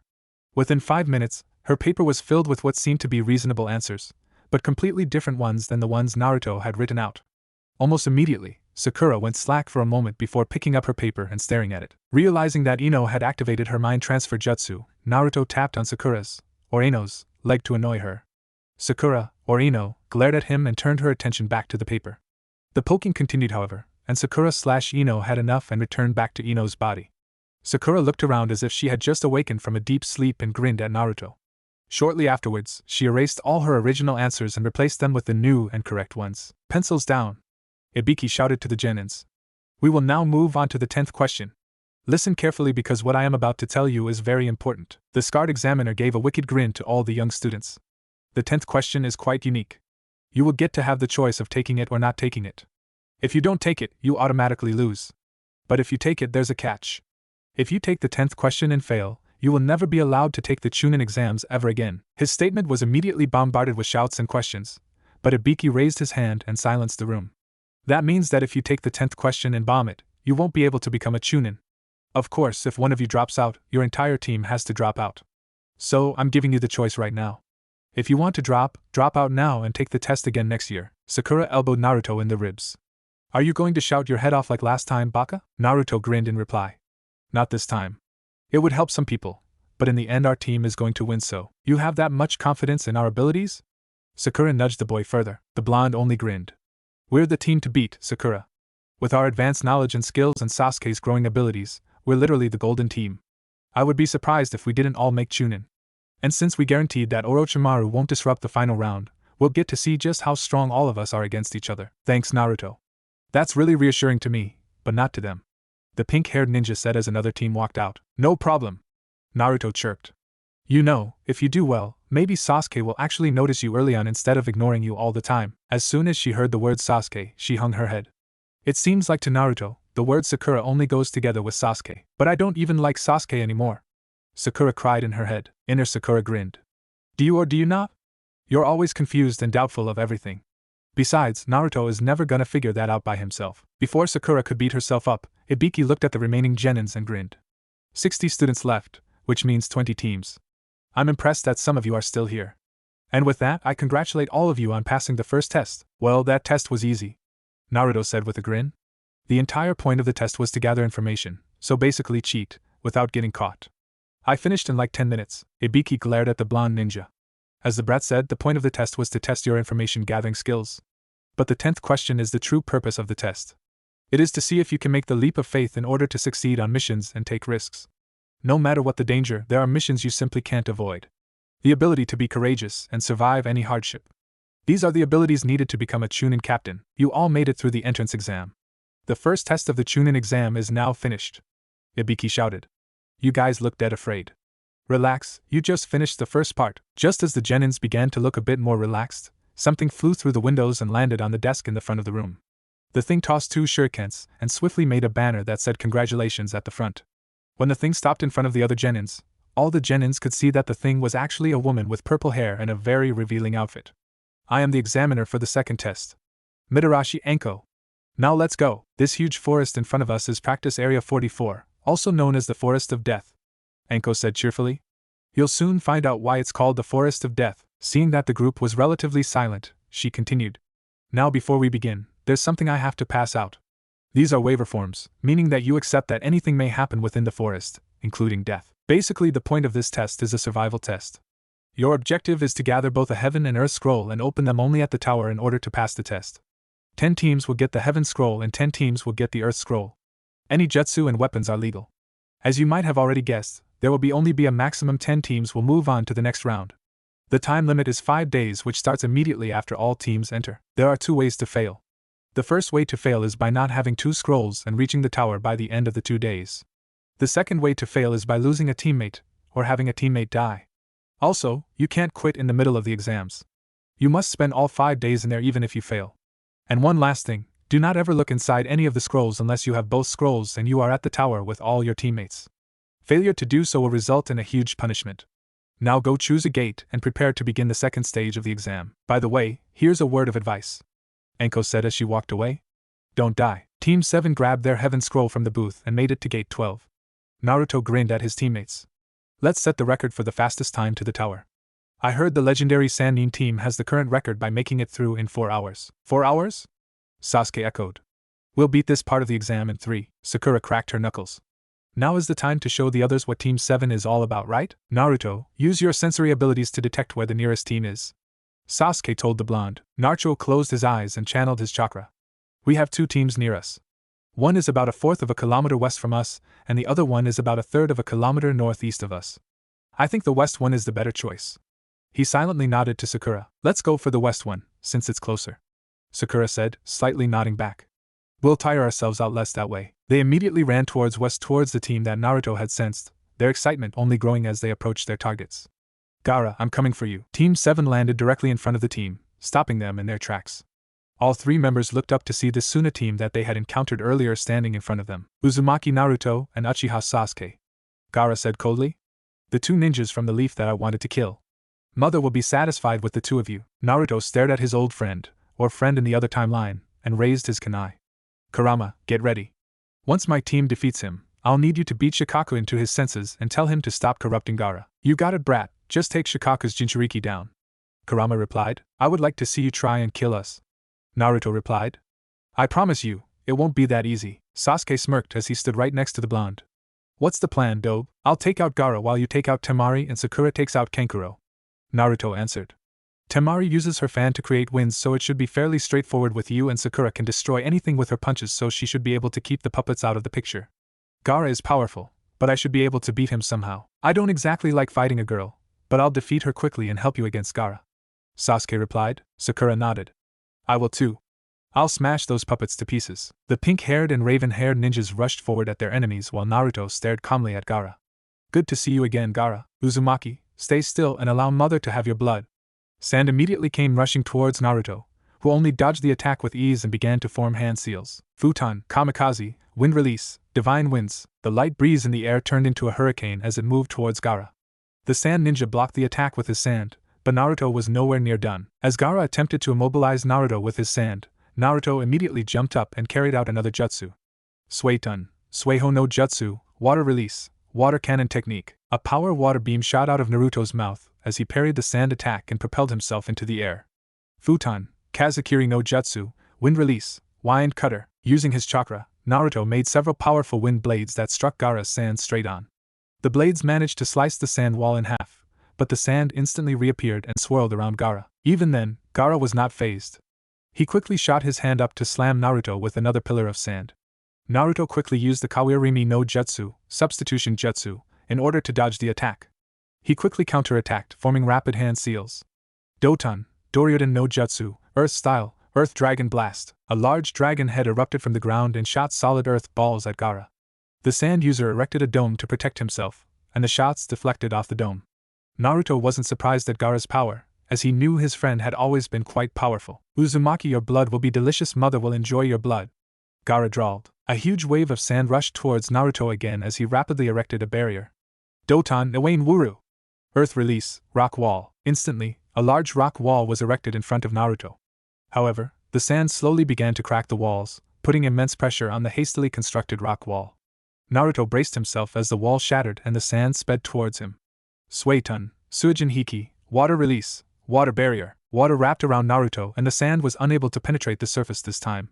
Naruto gritted his teeth as the sand literally pounded on the walls of his barrier. Suddenly, the sand began to surround the barrier as Gaara raised his hand up.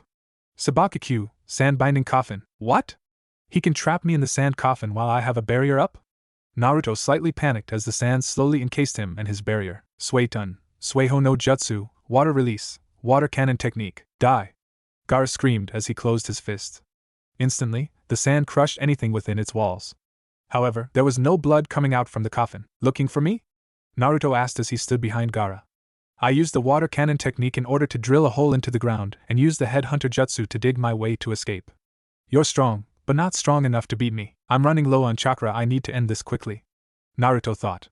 Gaara is definitely strong, but I didn't expect him to be this strong in his current form. Before Gaara could make a move, Naruto already made the hand seals for another jutsu. Doton, Warim Suzu, Earth Release, Chasm Creation. A giant chasm appeared right below Gaara as some of his sand slid into the chasm while the remaining sand around him quickly formed a bridge to prevent Gaara from falling in. The son of the yellow flash formed an orb in his hand quickly and charged at Gaara. This is the end. Rasengan. Naruto sped towards Gaara at high speed, the Rasengan swirling rapidly in his hand. Gaara put up his sand for his ultimate defense, but sand was already quite scattered and the Rasengan broke through much of the resistance. Gaara's eyes widened as the Rasengan struck him, breaking his sand armor and actually hurting his physical body. He screamed his pain as the Rasengan struck him in the stomach and blew him backwards. Now, Naruto! I need to make contact with him. You got it, Kurama! Naruto replied in his head. He approached Gaara, who was still laying on the ground in pain, and clamped his shoulder with his hand. Let's do this. Naruto immediately entered an empty desert, with nothing around him but Gaara, who was in front of him. Gaara. Naruto curtly nodded. I just want to talk. Why can't I use my sand? Gaara screamed. Mother! Why can't I hear mother? The blonde shook his head. Because we're in your mind, Gaara. We're in a spiritual world, in a sense. I will kill you right after this, Uzumaki. Do not take me lightly. Gaara threatened. Naruto laughed. Gaara, I'm not the enemy. I'm a Jinchuriki like you are. You are also a Jinchuriki? Gaara asked the blonde boy. I am. I have the 9 tails sealed inside of me. I know you have the 1 tails instead of you, and he's the one that's been corrupting your mind and claiming to be your mother. Naruto replied. Kurama, it's time. Kurama appeared behind Naruto and looked down at Gaara, who looked quite shocked at the sudden appearance of the 9 tails. So, you must be the host of my brother, Shikaku.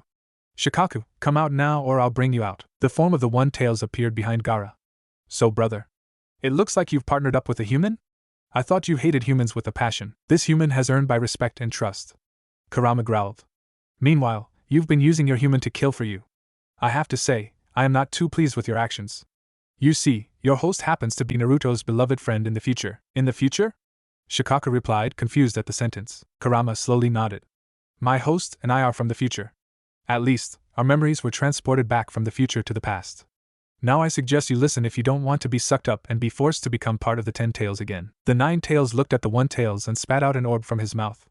Kurama handed the orb to 1 tails, who swallowed it.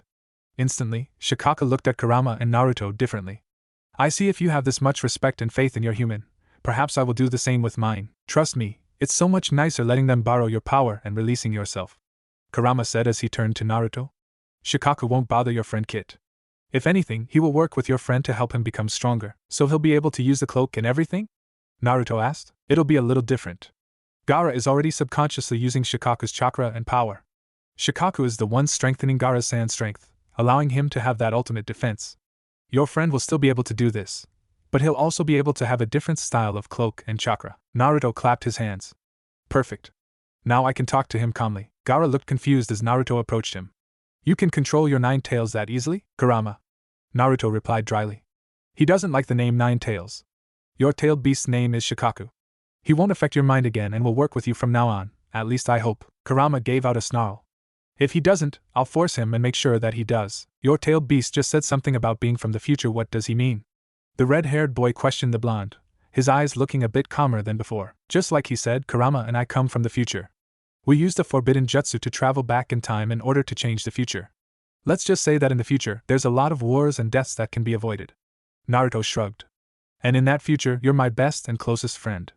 We met after the Chunin exam under some really unfortunate conditions, but that can change now. Gaara, let us be friends. You're a really nice guy on the inside, and I'm sure you can be a nice guy on the outside. Show some more love and respect to others and you can break free from your loneliness. I'll help you every step of the way and together, we can save the future. The blonde held out his hand towards Gaara, who hesitated but shook it. For the first time in years, the sand demon gave a faint smile. Thank you, Naruto. If we have more time in the future, then I'll like to learn a bit more about my future self. It's really surprising and confusing after all. Shikaku will help you, since we gave him all the memories we have of you to him. Naruto answered. But now is probably not the best time to chit-chat. Gaara nodded. Let us return back to reality then. Both Gaara and Naruto awakened back into reality and looked around.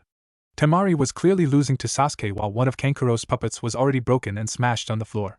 Gaara's siblings looked worn out while Naruto's teammates looked only slightly tired. Before they could fight each other again, Gaara stood in between them. Temari. Kankuro. Give them our scroll. Gaara said sternly. The blonde-haired girl looked at her brother in shock. What? But Gaara frowned. Just give it to them. Please. Shocked at hearing the last word, Temari nodded as she pulled out the Team's Earth scroll and tossed it to Sasuke. Keep it. We'll find 2 scrolls elsewhere. As they all prepared to part ways, Naruto gave Gaara an awkward one-armed embrace. Take care, Gaara. Try not to kill anyone in the forest. I'll wait for your arrival back at the central tower. Thanks, Naruto. Gaara replied. I won't hurt my enemies too much. Naruto nodded as he and his team sped away towards the tower. Gaara turned back to his siblings, who were still staring at him with shocked expressions. He had a slight headache from all the sudden information that Shikaku was pouring into his head, but he had picked out the important bits of this time period. Are you okay, Gaara? Temari asked as Gaara winced. Gaara gave her a small smile, which looked slightly out of place on Gaara's usual impassive face. I'm fine, thank you for asking though. After we finish this exam, we need to warn Baki. About what? Kankuro asked quietly, as if he was surprised at his brother's change in tone and attitude. To cancel the invasion of Konoha. Father is dead, say Naruto. Sakura whispered to Naruto, just out of the Uchiha's earshot. Do you think the Hokage has dealt with Orochimaru yet? Naruto shrugged. He promised that he would heighten security during this round and keep an eye out for all the sound and grass teams. Let's just hope that he doesn't appear in the forest. Suddenly, Naruto jumped backwards to avoid a kunai that had struck the tree branch that he had been sitting on. Team 7 halted as they spotted a new group of enemies standing in front of them. 3 sound ninjas came in front of them with confidence. What luck! We found Sasuke-kun and his team. The lead sound ninja announced. We'll kill all 3 of you and take your scrolls. All 3 members took up battle position as the members of Team 7 replied with a smirk. I would like to see you try.